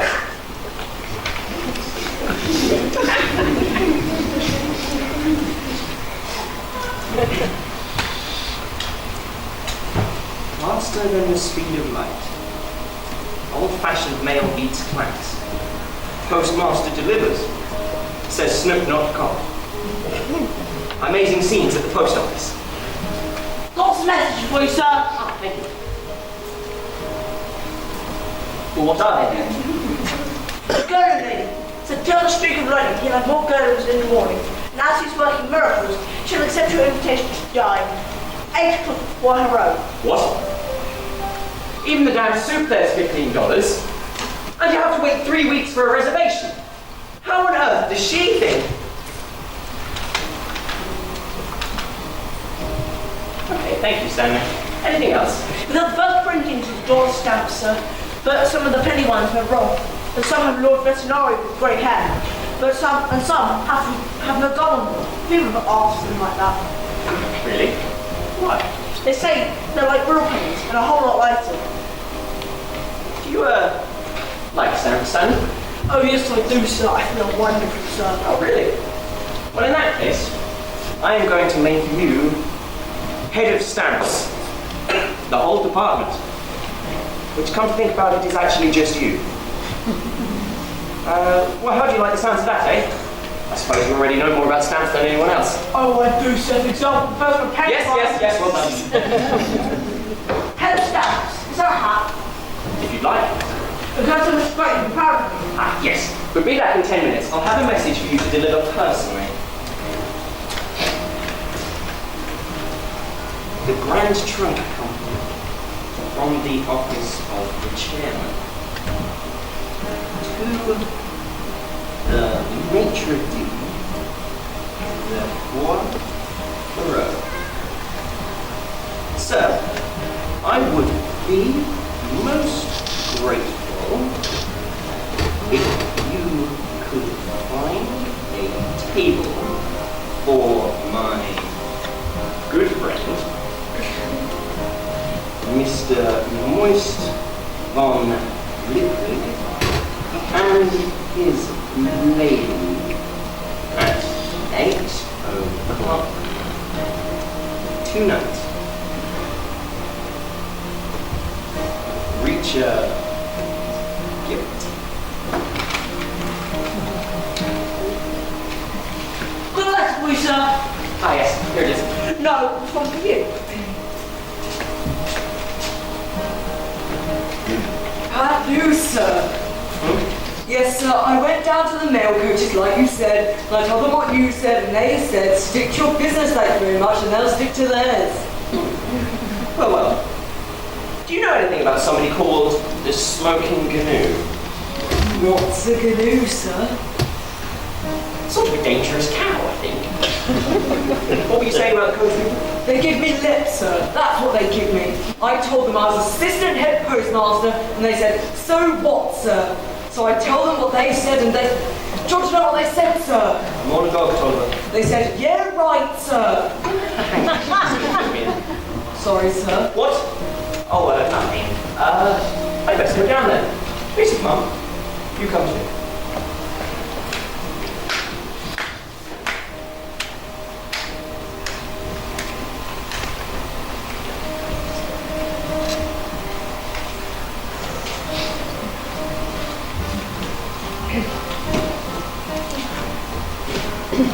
Mr. Gryle, I expect you know what this is about?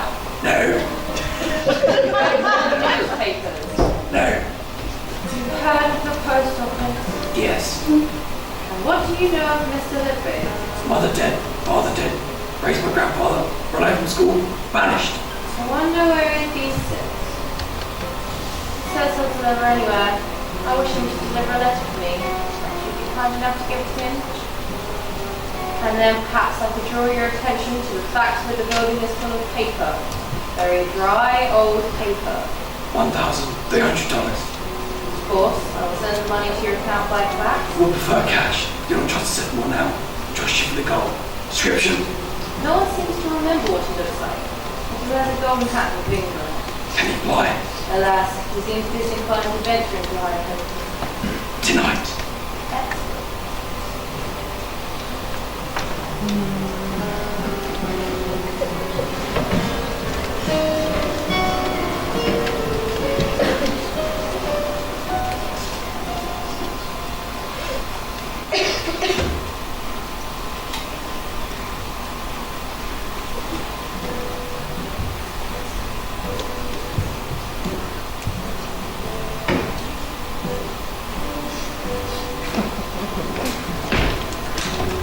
Yes, sir. What can we do for you?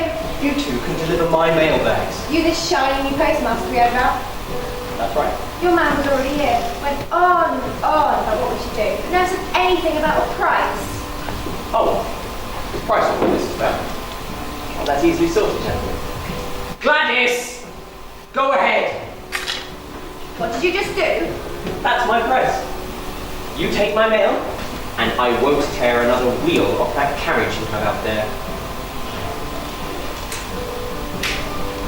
That guy don't frighten me. They ain't no 𝙤𝙡𝙡𝙗. Oh, no, that's wrong. Actually, that's probably dead wrong. We'll call the watch. Oh, good. I shall tell them I'm recovering stolen property. Stolen? Those coaches are ours. Wrong again, I'm afraid. Miss Plum? The coaches were never sold off. They're property of the post office. No rent has been paid for the use of them. Hold on, hold on. Our dad used to run the coaches in the old days, right? He always had the passengers right. And there was no more mail to take, but people wanted to travel, and the coaches were just standing aisle. So you took the passengers, take a fee in that bill, and sell. Okay. Just take my mail.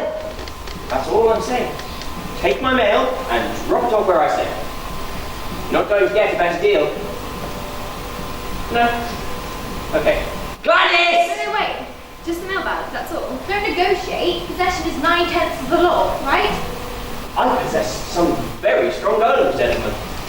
And you don't possess any deeds, mortgages, or bills of sale. Funny you should turn up tonight. What's that? Because the man for the Grand Trunk Company came round this afternoon and offered us big money for the business. Too much money, you could say. But you, Mr. Litwick, are giving us nothing but attitudes and threats. Care to raise your offer? Okay. Bigger threats. Be careful, gentlemen. You've had an easy run up until now, but now we're back. Come on, there's a lady waiting to dine with me. And you both know you shouldn't keep a lady waiting. So what are you saying? The post office is going places, and you could be in the driving seat. Our dad would like to. He sure as hell won't like those Grand Trunk devils. People die in the towers, we know. The tower is one of the coachmen's, and we used to take stuff out from the towers in the earth. You used to have an hour a day to shut down for maintenance. The deado, they call it. That's when people die, because it's cold and windy, and you're trying to free a frozen shutter, and it's a long way to the ground. And when a man dies, they send him home by plaques. Eh? Not literally, of course. They send his name from tower to tower, ending up at one end of the trunk from the other, ending up at the tower nearest home. Sometimes they say a person stays on, in the wire, living in the open, they call it. There's no hour of the dead now, no time for maintenance. They get worked too hard and they cut staff too. They get 20 minutes for repairs if they're lucky. It's all high speed now, it's driving them mad. You have to be mad to work in them towers. They keep going back, the clacks getting their souls. They get paid next to nothing, but I reckon some of them have got up there for free. The Grand Trunk works in blood now, since the new gang took over. It's killing men for money.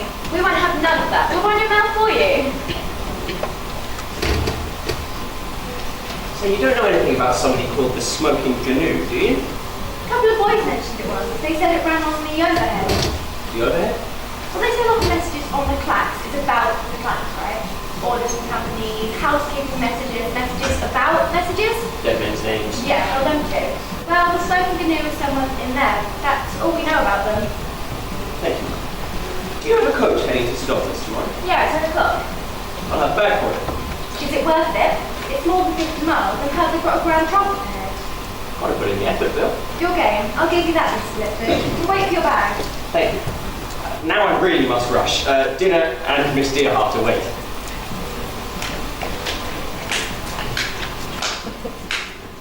Would you reckon there'll be a clack station here a few doctors tomorrow? That's pretty fair bet, considering the way their business has been going. Maybe it's just a betting man, Bill. Maybe.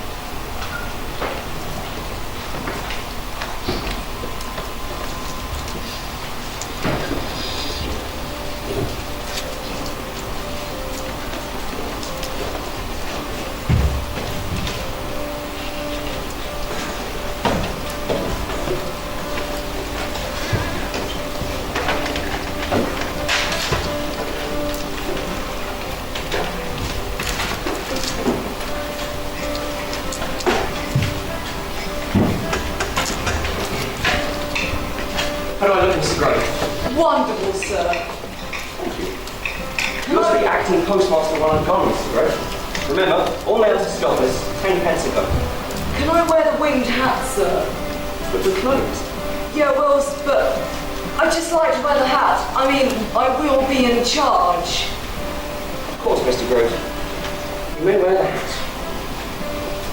Mr. Palmer, please don't follow me tonight. No, Mr. Litwick. My day off starts right now. We'll be back here at sunset tomorrow.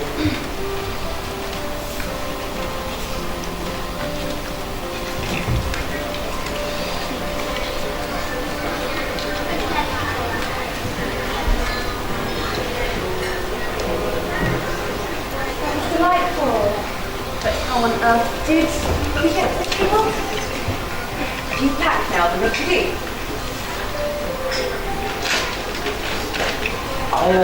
forged Richard Gill's signature on some grand trunk of it. Grand trunk kills people, Mr. Lipwig, in all kinds of ways. The trunk is in trouble. The company has been running it as a machine for making money. Therefore, repairs cost less than maintenance. They cut everything down to the bone. Guild wants to be patrician one day. Now there's this idiot in a winged hat making fun of the cat, saying he'll get the stop working again. No one hesitates, of course, squashing the knuckle what? This is a city, not some cow town. People don't just kill their business rivals. He won't kill you. You'll die. Like my brother. The brother? He and some of the other ex-trunk staff are going to set up a rival system. It's going to be much faster than the grand trunk, so covering coding systems. Lots of people gave them their savings to help set it up. He was going to get back all the money built from us. Sorry? My father was chairman of the original Grand Trunk Company. It was a group of enthusiasts and engineers. Gilt and his gang moved in and took over. He moved the money around and took the Grand Trunk out from my business. They would run it into the ground and make more money by selling top. When Dad was in charge, he were proud to be a part of it. Proud to get the letters through. Okay, my brother got together the money from the rival trunk. And then he found out. Now he is now. I could kill him right now. Coming over. Mr. Gilt? It appears I asked the maitre d' to reserve a table for you, Mr. Lipwig. Did you? That was very kind of you. We turned up in the hopes that there might be a spare table. We're delighted to find there was one. Then at least one of us has been made a fool of. You are Moiston Lipwig, the new postmaster? Yes, I am. You are not wearing your winged hat. Not compulsory. I'm very glad to have met you at last. Trust your good luck will continue. I gather you were kind enough to carry some of our messages earlier today? It's my pleasure. And if you ever need our help again, you have to go to the others.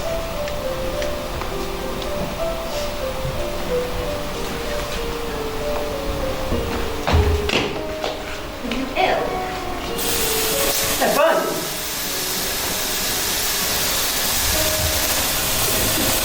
The letters. They're screaming. It's the post office. Come on.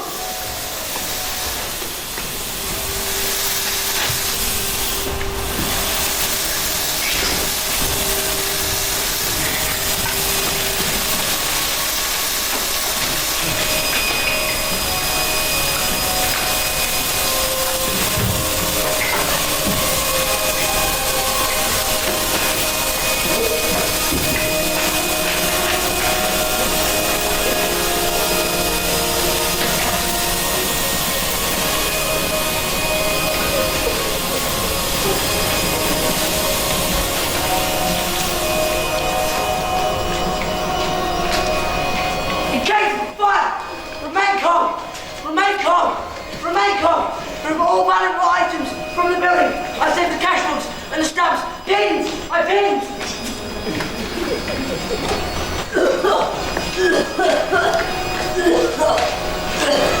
They hurt, Rosa! Stanley, don't help one of your men. Too late! I can't calm it today, but I think it's broke them. Well, what's happened to him? I saved the cash books and the stamps, sir. I can't calm.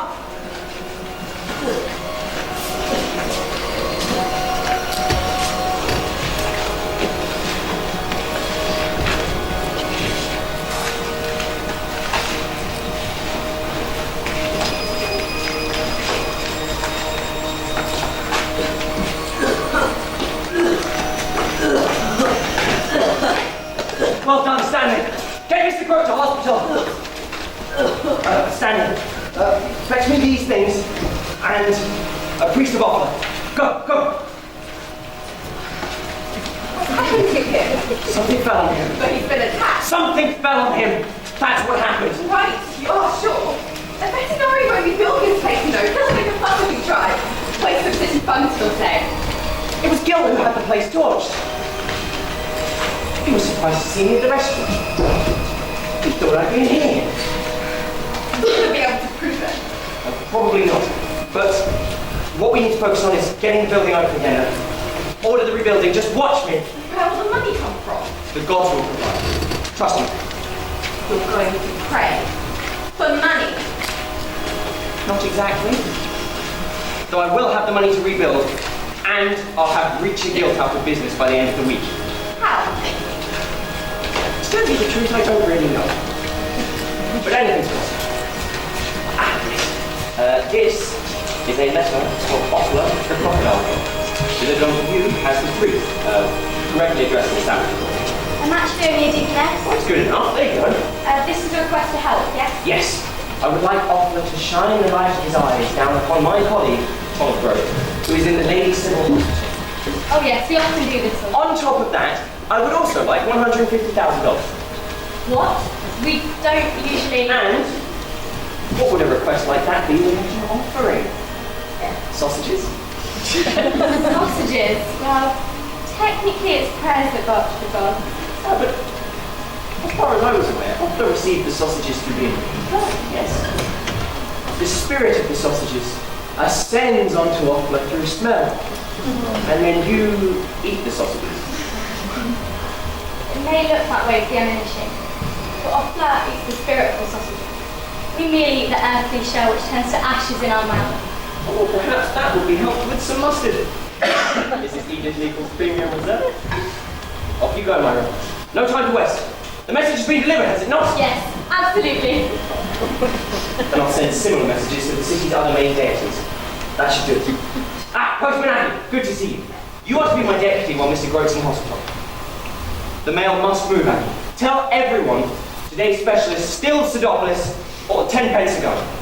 We're open as usual. But Neither rain nor fire, Mr. Aggie. doesn't say that on the motto, sir. It will by tomorrow. Bill! It was bloody guilt, wasn't it? Arsing around. What can we do for you, Mr. Lippick?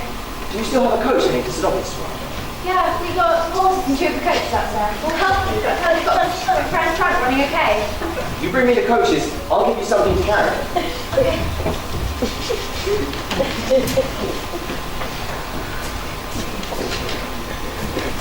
Postmaster, the Pseudopolis tracks line will break down at 9 a.m. tomorrow.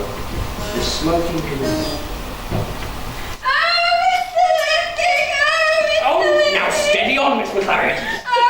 Mr. Lippick!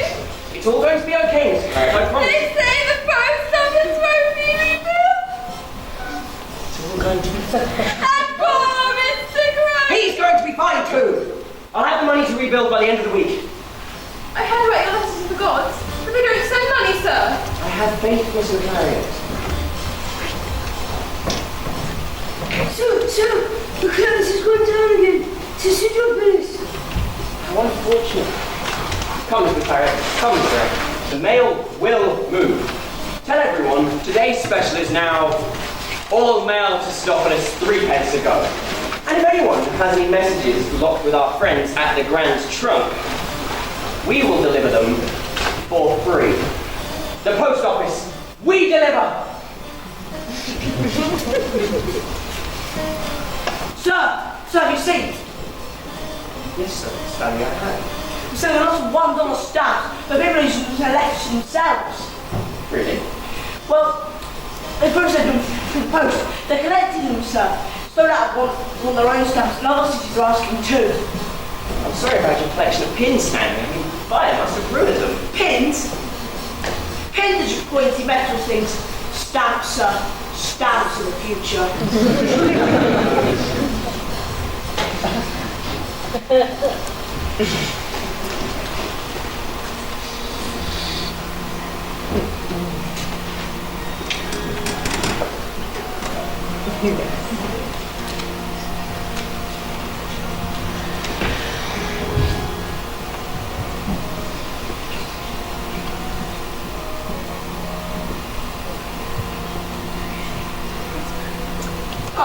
Mr. Lippick. I gather you instigated a riot at the Grand Trunk Company offices. Not exactly, my lord. I did say we would carry the Clax messages that couldn't get through. However, I didn't realise that the fools at the Grand Trunk would refuse to give them back. I was just trying to help out at what you can believe is a distressed time. Quite. I'm sure you acted quite innocently with the best of intentions. However, I am agog to hear about the gold, Mr. Lippwick. $150,000. Can't really remember it, sir. Oh, well, let me clarify. I understand you were outside your regrettably distressed building in the chapel recently, when you suddenly fell to your knees and screamed, thank you very much. Yes, yes, thank you. I am not worthy, glory be, and similar phrases to the general concern of those nearby. You then stood up, your arms outstretched, and shouted, $150,000 buried in a field. Thank you, I shall fetch it immediately. It's all a bit of a blur.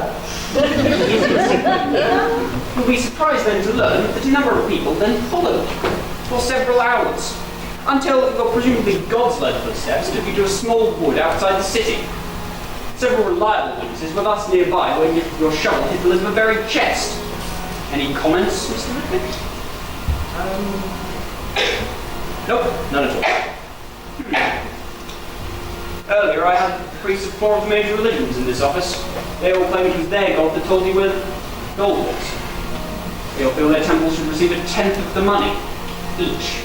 $60,000! Well, that's not fair! I commend the speed of your mental arithmetic in your shaken state. I would advise you to name 50,000. It is, after all, in a very public and incontrovertible way, a gift from the gods. Of course, Parliament. It is less than they demanded, but more than they expect. And I did remind them that the remainder of the money is being used for the public good, is it not? Yes, sir. Of course. So, rebuild the post office as soon as possible. Well then, Mr. Lippwick, don't let me detain you. Just one thing, Mr. Lippwick. It occurs to me that the amount the gods have so graciously seen fit to bestow on us does, by pure happenstance, appear to be pretty much exactly the estimated fall of the notorious criminal, which, as far as I know, has never been recovered. Really, sir? Who's that? One Albert Spangler. Dead, sir. Are you sure? Well, yes, sir. I was there when they hanged him. Well remembered.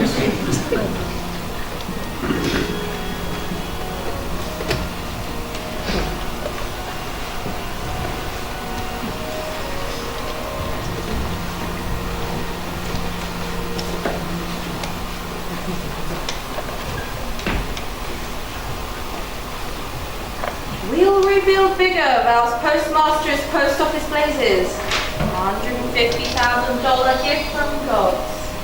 Do you think he has got the gods on his side? I would hardly think so. He obviously knew where the money was hidden.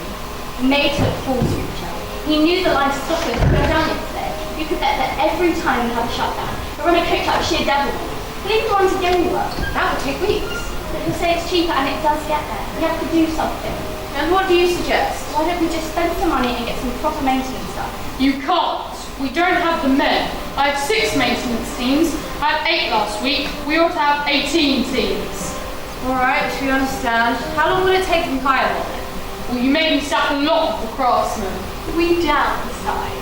Oh, do you want it cheap, fast, or good? Because at the moment I can only give you one of the 3. Well, how soon can we get the Grand Trunk running properly? 9 months. If people see we're working hard on the system, 9 months to get it running won't seem too... 9 months, total shutdown. Don't be a fool. I'm not a fool. I have to find and train new men, because a lot of the old brigade won't come back no matter what I offer. We've spent too much time dodging it, gentlemen. The towers were never built that well to start with. 9 months, dark towers. And you can't do better than that. I'll be doing well if it's only 9 months. And if you don't want to shut down, I could do it in a year and a half, but there'll be shutdowns every day. Lippwick will walk all over us in 9 months. And how much will it cost? 200,000. 200,000? That's more than we paid for the damn trunk in the first place. Yes, but you've got to run maintenance all the time. If you don't, then a small fault soon becomes a big one. I sent you regular reports, but instead of doing anything, you just cut my budget twice. Mr. Pony, it seems we have a conflict of cultures here. Would you be so kind as to step into the other room for a minute or two? Thank you so much. I see Mr. Slant isn't here. That worries me. He's our biggest client. He's not here because he wants to be well clear of us. Don't panic, gentlemen. Somebody did. Don't try to tell me that the fire at the post office was an accident. We creature you know will be in big trouble if the Grand Trunk's running properly. People will ask questions. I think we have to pay, I really do. For 200,000, where do you think you get that kind of money? You got it before. Poor Crispin came to see me the night he died. Babbled on about all sorts of things. Seemed to think people were after him. He insisted on giving me a small ledger. Of course, I have that myself. I'm sure it can be done for less than 200,000. Brody is bound to have left out. You didn't warn us about this feature. We must speculate to accumulate. The post office, trickery and sleight of hand. Liverick doesn't have the stamina for the long haul. Perhaps we've been a little smug, a little lax, but we have learned our lesson. Spurred on by the competition, we are investing several $100,000. Several $100,000 in a challenging and systematic overhaul of our entire organisation, focusing on our core competences while maintaining a full and listening cooperation with the communities we are proud to serve, and so on. And thus we bounce back. But you said I said that. It's a game. A little cash and the right attitude will see us through. I'm sure you can get the money from somewhere where it won't be mixed. What are you suggesting? Embezzlement, theft, breach of trust, misappropriation of funds. Money was made to work, not to moulder in a vault. But gentlemen, I am keeping you from your beds. Good night to you. Leave the rest to me. Igor? Yes, sir. You'll keep my guests out. Not really, Mr. would you?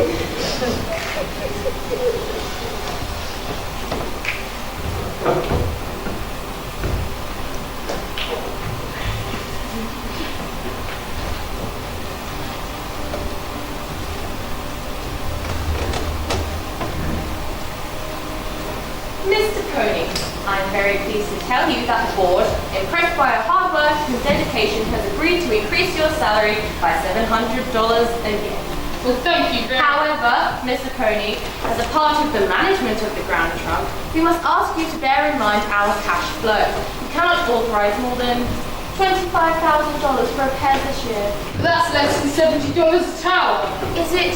I knew you wouldn't accept. He is a man of integrity, I said. He wouldn't accept a penny less than $50,000, I said. Couldn't do much of a job even for that, sir. Most of the mountain towers are living off borrowed time as it is. Could we have an hour of dead battery? An hour of shutdown every day for maintenance. You're asking a lot, George. You really are. And what can you deliver? That's what the board will ask. They'll say to me, Preacher, we're giving George everything he's ever asked for, but what will we get in return? Well, we could patch up all round and get the towers into some sort of order. There's just so much to do. Would it, for example, give us a year of reasonable service? Well, if we don't lose too many staff, and the winter's not too bad. But of course, Slow down, George. You've talked me into it. I'll tell the board I'm backing you into hell with them. That's very kind of you, sir. But it's just papering over the cracks, really. If we don't have a major rebuild, then we're just laying out trouble for the future. In a year or so, George, they'll vote for whatever you want. Your skill and ingenuity will be the saving of the company. Now, I know you're a busy man, and I mustn't keep you. Go on, perform miracles of economy, Mr. Coney. Silly old fool. And now, speak with the Ankh-Morpork Times. Let's see if we can get a rise out of Mr. Lipwig.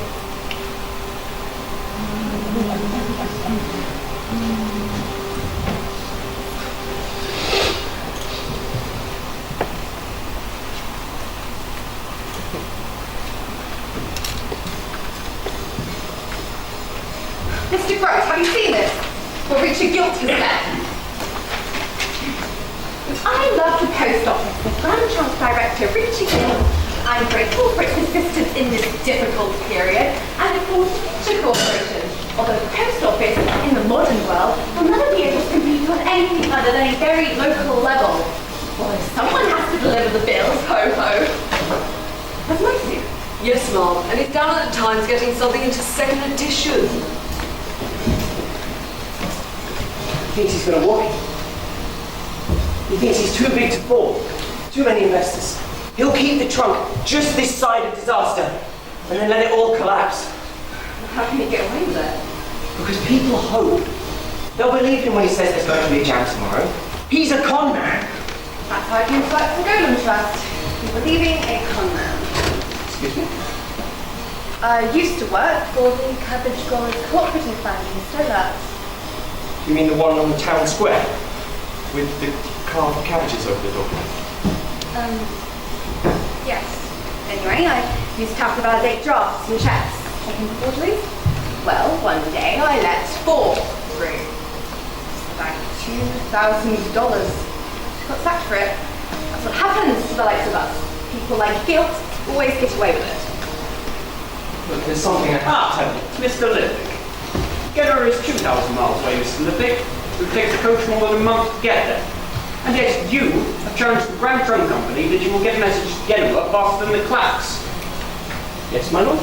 The Clacks. Clacks has never been down for more than a week and can get a message to Genoa in a couple of hours. My lord?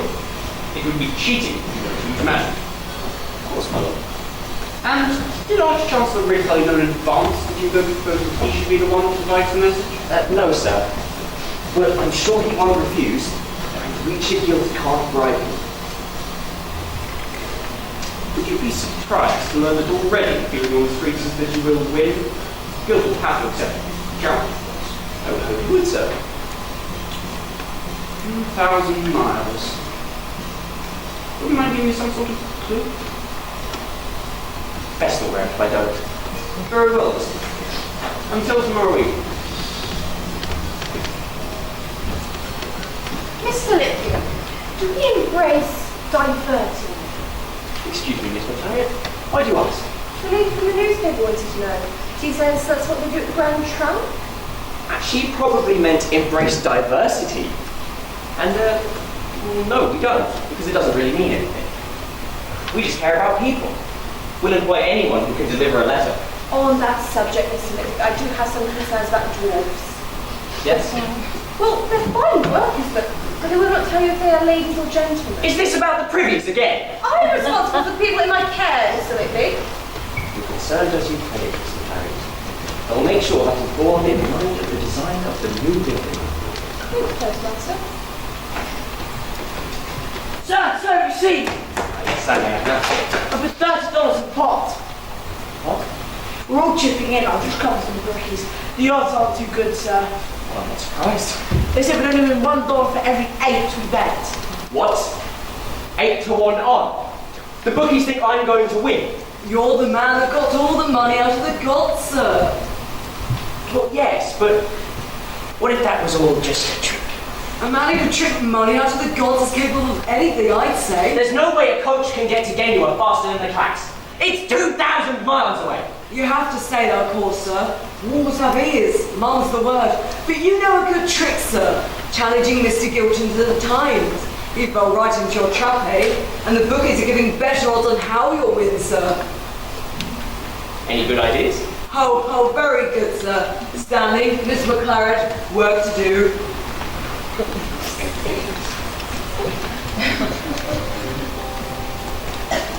So what exactly is your plan? What?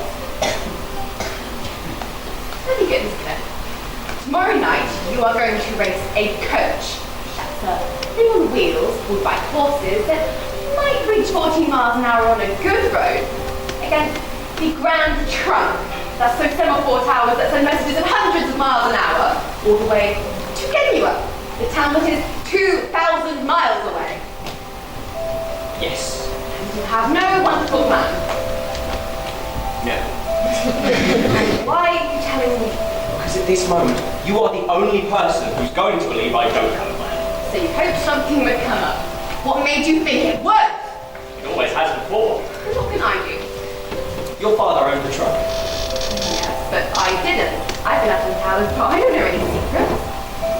Why should I trust you anyway? I'll tell you, but you must promise not to kill me. Okay. Should be anything. Promise. Alright. Go on. I was the one who lost you that job at the bank. I forged those checks. I did promise, didn't I? Yes, you did. Sorry. Well, look.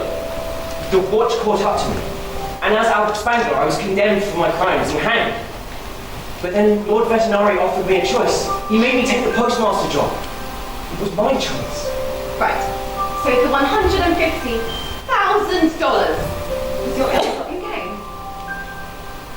And why did you give it to the post office? You know, I'm not too clear on that one myself. I think I've fallen into good ways. You know, I keep telling myself I can just give up at any point. But I can't. There is one more reason, though. I am not Reacher guilty. I do care. That's important. So how do I do it? How do I beat the Grand Trunk? Ever been on the roof of the post office? No, I can never get up there. You'll find, if you look, that there is a ladder in the disused elevator shaft. Go. Right. Go on.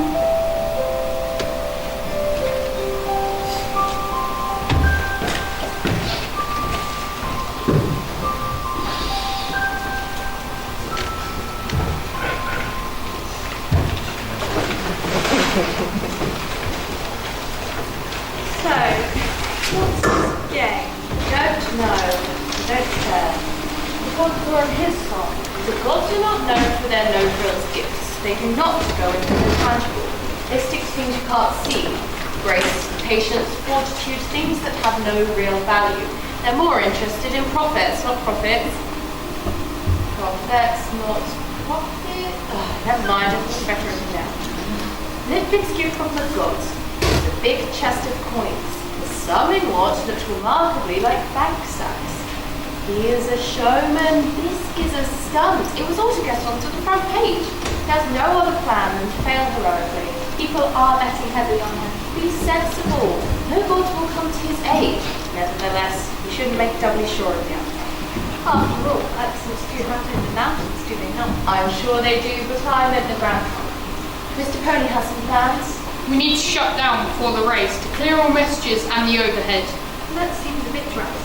Someone's found a way of sending messages to the towers. A rapid combination of characters, codes and symbols is more than a few rickety, poorly maintained towers can cope with. The shutters will just splinter and crash. Why did they send the messages if it just damages the machinery? Because they have to get down the line so fast. Whilst one is sending it on one side of the tower, the other is already relaying it from the other. This way they get down the line faster. They're not messages to them, they're just codes and characters, but by the time they realise, it's too late. Is this sabotage? Call it what you like. It's down to the sloppy design, really. The whole trunk slash up. Press the right keys and over it goes. Well, how can we stop it? Can we stop it? I'll do what I can.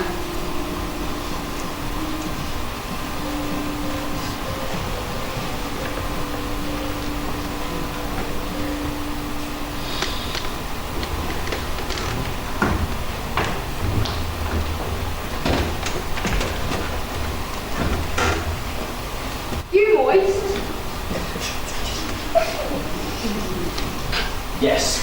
See? Who are you? What are you doing on my roof? We pay rent to Mr. Gray. We only came back to get our stuff. He's mad out. I'm St. Alex, by the way. Gray never mentioned. Why do you rent the roof? You're the smoking GNU, aren't you? Well, yes, we are actually. So Miss Dearheart has told you about me, has she? She said you weren't a complete arse. Which is high praise coming from her. And she said you were so crooked that you could walk sideways through a corkscrew. But she was smiling when she said it. We used to work for a property, in fact. We know this man wasn't an accident. He always wore a safety harness. We've been in the cats business for about 4 years. We got fired from the Grand Trunk and they Chiggers consortium took over. So we started working on the second trunk. Put money into it even, but then Adorabelle's brother, Who always wore a safety harness. fell off the Semaphore Tower. That was the end of that. So we started our own little company, which is the Grand Trunk without the Grand Trunk, no. What, like stealing their infrastructure? It's a little like stealing. It's a lot like stealing. It's exactly like stealing, in fact. Sit down and crack it. Because we cracked the system. So you send messages for free and nobody notices? It's easy for them to go out. How did you know that tower was going to break down on the Sulfurous line? We broke it. Broke the differential drum tape. Half the place is all out. Yes, but how? If you send the right coded messages, you can bust the machinery. Well, ponies change the lock, so that doesn't work anymore. So you can't in fact do it? Not at the moment, no. But we have a plan.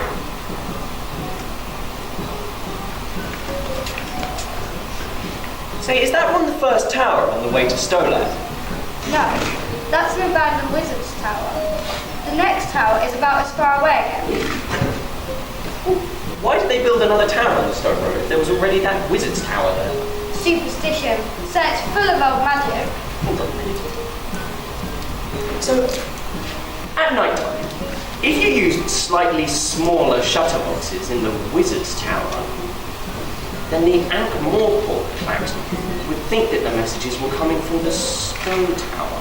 And the stone klaxon would think it was coming from the Ardmore Tower. Called why? If I could get you onto the Grand Trunk tomorrow, is there anything you could do to slow it down? Well, there's something we've been working on. We call it the woodpecker.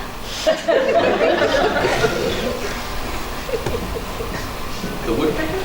No. You've got to leave more of a pause for effect. Like the woodpecker. Fine.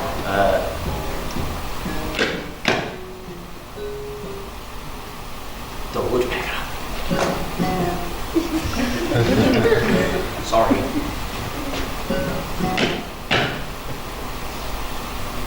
The woodpecker. Better. But you need to be inside the tower to use it. Inside a tower that looks further away than it is.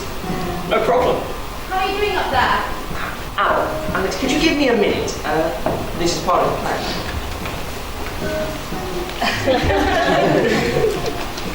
The boys can have help.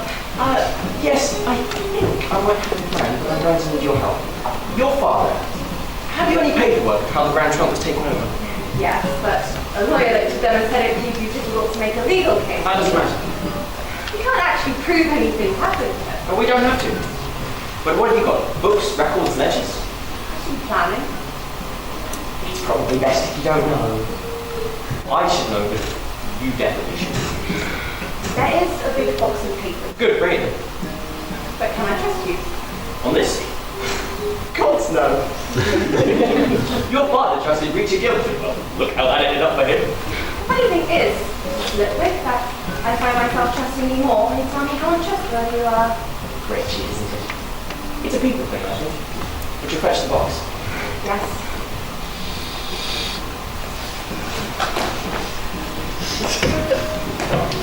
Sorted? Yes, but now I really do have a plan. We're not going to use the woodpecker. What? But that was the plan! And you destroy the trunk. That was the plan. We destroyed that trunk and we rebuilt it better than ever. And where does the money come from? I have a way to get the company out of Guild's hands, but leave all the towers standing. It belongs to the deer hunts and the other people that Guild swindled. Look, the people in the towers are proud of what they do, yes. The company keeps pushing them down, but they carry on changing the codes, yes? Well, yes, but... Look, I'm sure the woodpecker would have worked. But Guild will see straight through it. He'll shout sabotage and he'll win. We're going to send a message. I'm going to send a message that people want to believe. It's going to be my word against Guild's. And to be quite honest, gentlemen, I'm better at it than he is. But we can't prove anything. We don't have to. It's all a game of words. I'm going to take the company away, but leave every tower standing. Trust me!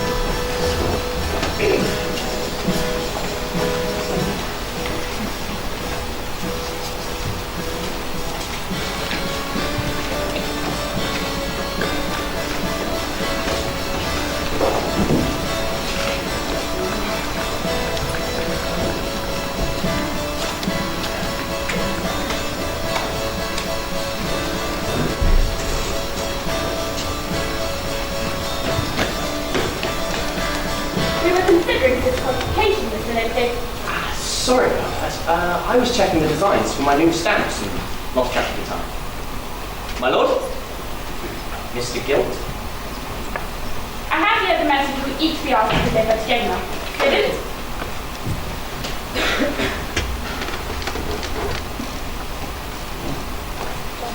But it's a book. It will take all night to code, and there are diagrams. That's a good point.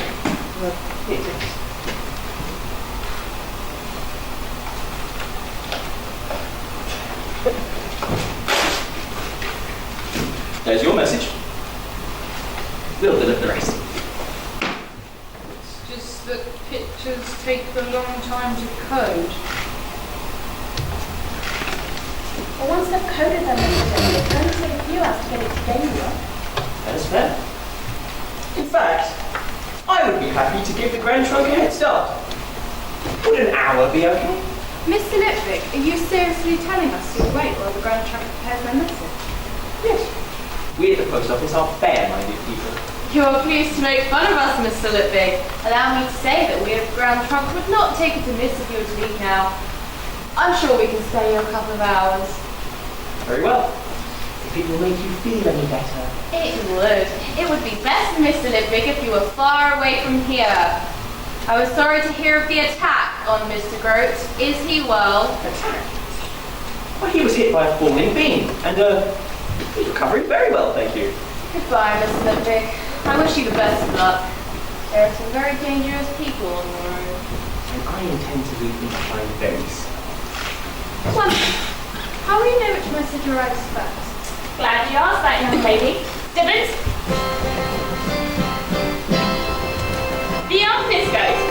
Advise we can allow us to pass images over very long distances. We've not often used this device and never for non-wizardly activities, but the Patrician did ask if he's so kind as to make this use just for this venture.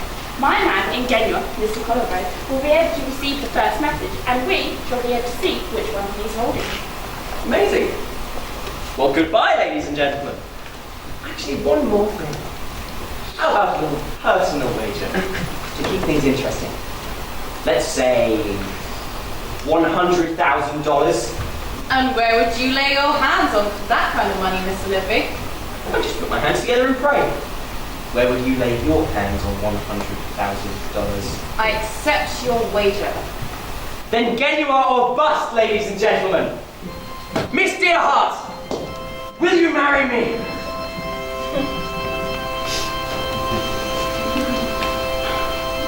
Not yet.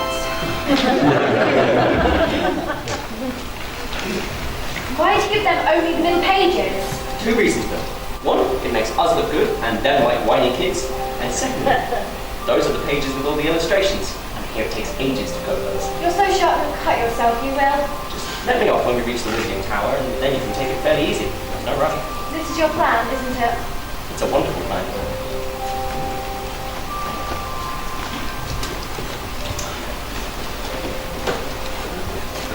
Arch-Chancellor, it's me, sir, T.V.S. Collarbone. Can you hear me? Oh, hello, Mr. Collarbone! How are you? Wouldn't mind being in Genoa myself, eh? You know, sun, sea, sand, and surf? Actually, it's the wet season, sir, and I've picked up some sort. Wonderful! Well, I can't stand here during your battle days. Has anything arrived yet? You don't actually have to shout. Shout's a long way away. Has anything turned up? A fax has arrived, but I don't think it's the message you gave to the Grand Trunk people. And what makes you think that? Because it says it is so. Shall I read it? Of course. Who will listen to the dead? We who died so words could fly demand to be heard. These are the crimes of the board of the Grand Trunk. Theft, embezzlement, breach of trust, corporate murder. The board gained control using money entrusted to them by clients who did not suspect the use to which their money was being put. Then there are pages and pages of extracts of Grand Trunk ledgers, sir, minutes of Grand Trunk meetings, bank statements, and so on. That's what the clients people gave you. Not one more word. I forbid it. This is outright slander. It's a trick of some sort. What? Are you suggesting that? Silence! But my lord, this is ridiculous. It's just slander upon slander. Is it? These are very serious allegations, certainly. Mr. Collarbone appears to have large amount of paperwork originating from your company. I'm sure everyone will wish to investigate these as soon as possible, to put people's minds at rest. Don't you agree? Drummond, send the watch to the officers of the Grand Trunk Company and to their bankers in Norfolk City Credit Bank. Inform the manager that the bank is closed for audit, and any person in any of those premises who so much as moves a piece of paper before my clerks arrive will be arrested and held complicit in any or all offences as may be uncovered. Nobody connected with the Grand Trunks to leave this room. You can't do that. Can I not? I'm a tyrant. It's what we do. There's no evidence. That wizard's lying. Someone must have been bribed. Mr. Greenham, one more uninvited outburst from you and you will be imprisoned. Is that clear? On what charge? There doesn't have to be one. Now, Mr. Poe, have you heard that the souls of the dead travel on the trunk? On the, overhead, I think you said. Well, I don't see how it can be true, but when you're alone in the towers and the wind's humming in the rigging, you can come to believe it. Ah, you think the message might have been sneaked into the overhead, sir? Well, I don't see how it could. Unless the dead put it there. Mr. Pony, send the message to all towers. You require the paper rolls from all towers on the Grand Trunk. I understand they show a record of all messages originating at that tower and could not readily be altered. That would take weeks, sir. Then it would seem an early start in the morning is in order then. The Grand Trunk will remain closed in the interim. You can't do that. Can I not? I'm a tyrant, remember? Now, strangely, Mr. 𝙤'𝙡𝙡𝙦 does not appear to be with us. Yes, my lord. I wonder if we could speak about that matter privately with you. Certainly. Drummond, escort these gentlemen to the palace, will you? Separate cells. I'll speak to them in the morning. But... Ah!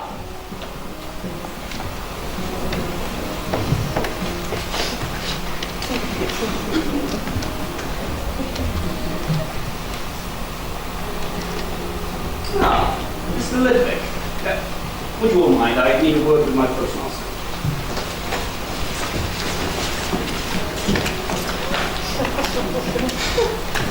What a strange evening, Mr. Louis. Yes, my lord. I take it you decided not to accompany your message all the way to Genua? No, my lord. I wonder if Mr. Pony will find any evidence that the strange message that reached Genua was put onto the fax by human hands. I don't know, my lord. You don't? No, sir. Ah, you seem to be enjoying the new bread. Yes, sir. Good. On Monday, your duties will include administration of the Grand Trunk, being taken over by the city. No, my lord. There is an alternative. It's private property. It belongs to the deer hunts and everybody else that guilt stole it from. My, how the world turns. They weren't good at business, only mechanisms. Otherwise, we would have seen through guilt. They didn't stand a chance.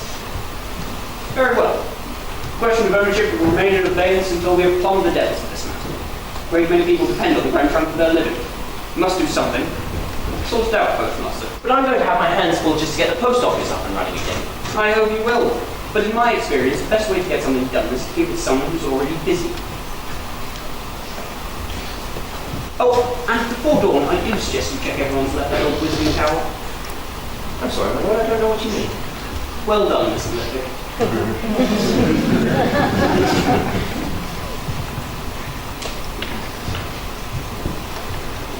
Have we won? I don't really know. Have they won? No. Oh, it's all very complicated. Excuse me, Mr. Litwick, a minor adjustment to Mr. Thompson.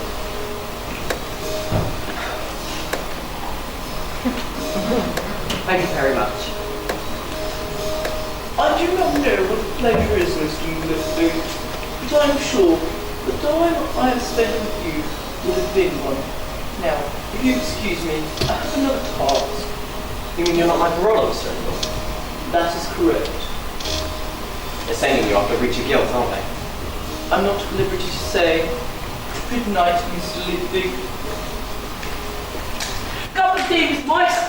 Ah, thank you, Stanley. Oh, have fun with your stamps, by the way. It's like having a new life, sir. It wasn't a nice thing to do. That wasn't a nice thing that would work. Don't tell me the ghost of my brother put an idea into your head. No, thought that one up all by myself. Good. If you tried that one on me, you would have been letting him for the rest of your life. It was just a way to get the post office up and running again and get the grand trunk out of Gilt's hands. It's yours if you want. Thank you. Look, you know what I'm really like. I'm not what everybody thinks I am. I'm a fraud. You'd best know that. I mess with people's heads. You're fooling no one for this. You know, tomorrow, I'm definitely going to get the chandeliers back. What? But most of the post office doesn't even have a ceiling at the moment. First things first, Miss Dearheart. Trust me.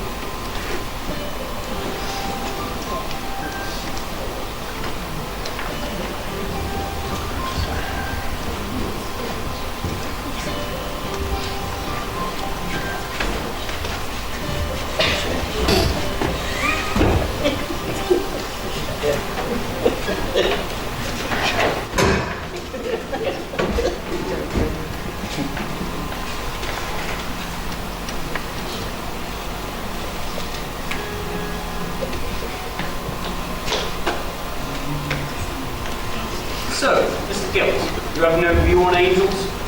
My name is Randolph Stockwell, and I have papers to prove it. And wonderful papers they are too, Mr. Gilt. But I brought you here to offer you a choice. The Royal Mint, I feel, is in need of an entirely new approach. Mr. Lipwig's celebrated stamps have become almost a second currency in the city. So light, so easy to carry. You can even send them by post. What the Mint needs is a man who understands the dream of currency. There will be a salary, and I believe a hat. And to show you the sincerity of my offer, allow me to point out the door behind you. If at any point during this interview you feel you wish to leave, you need only step through it, and you will never hear from me again.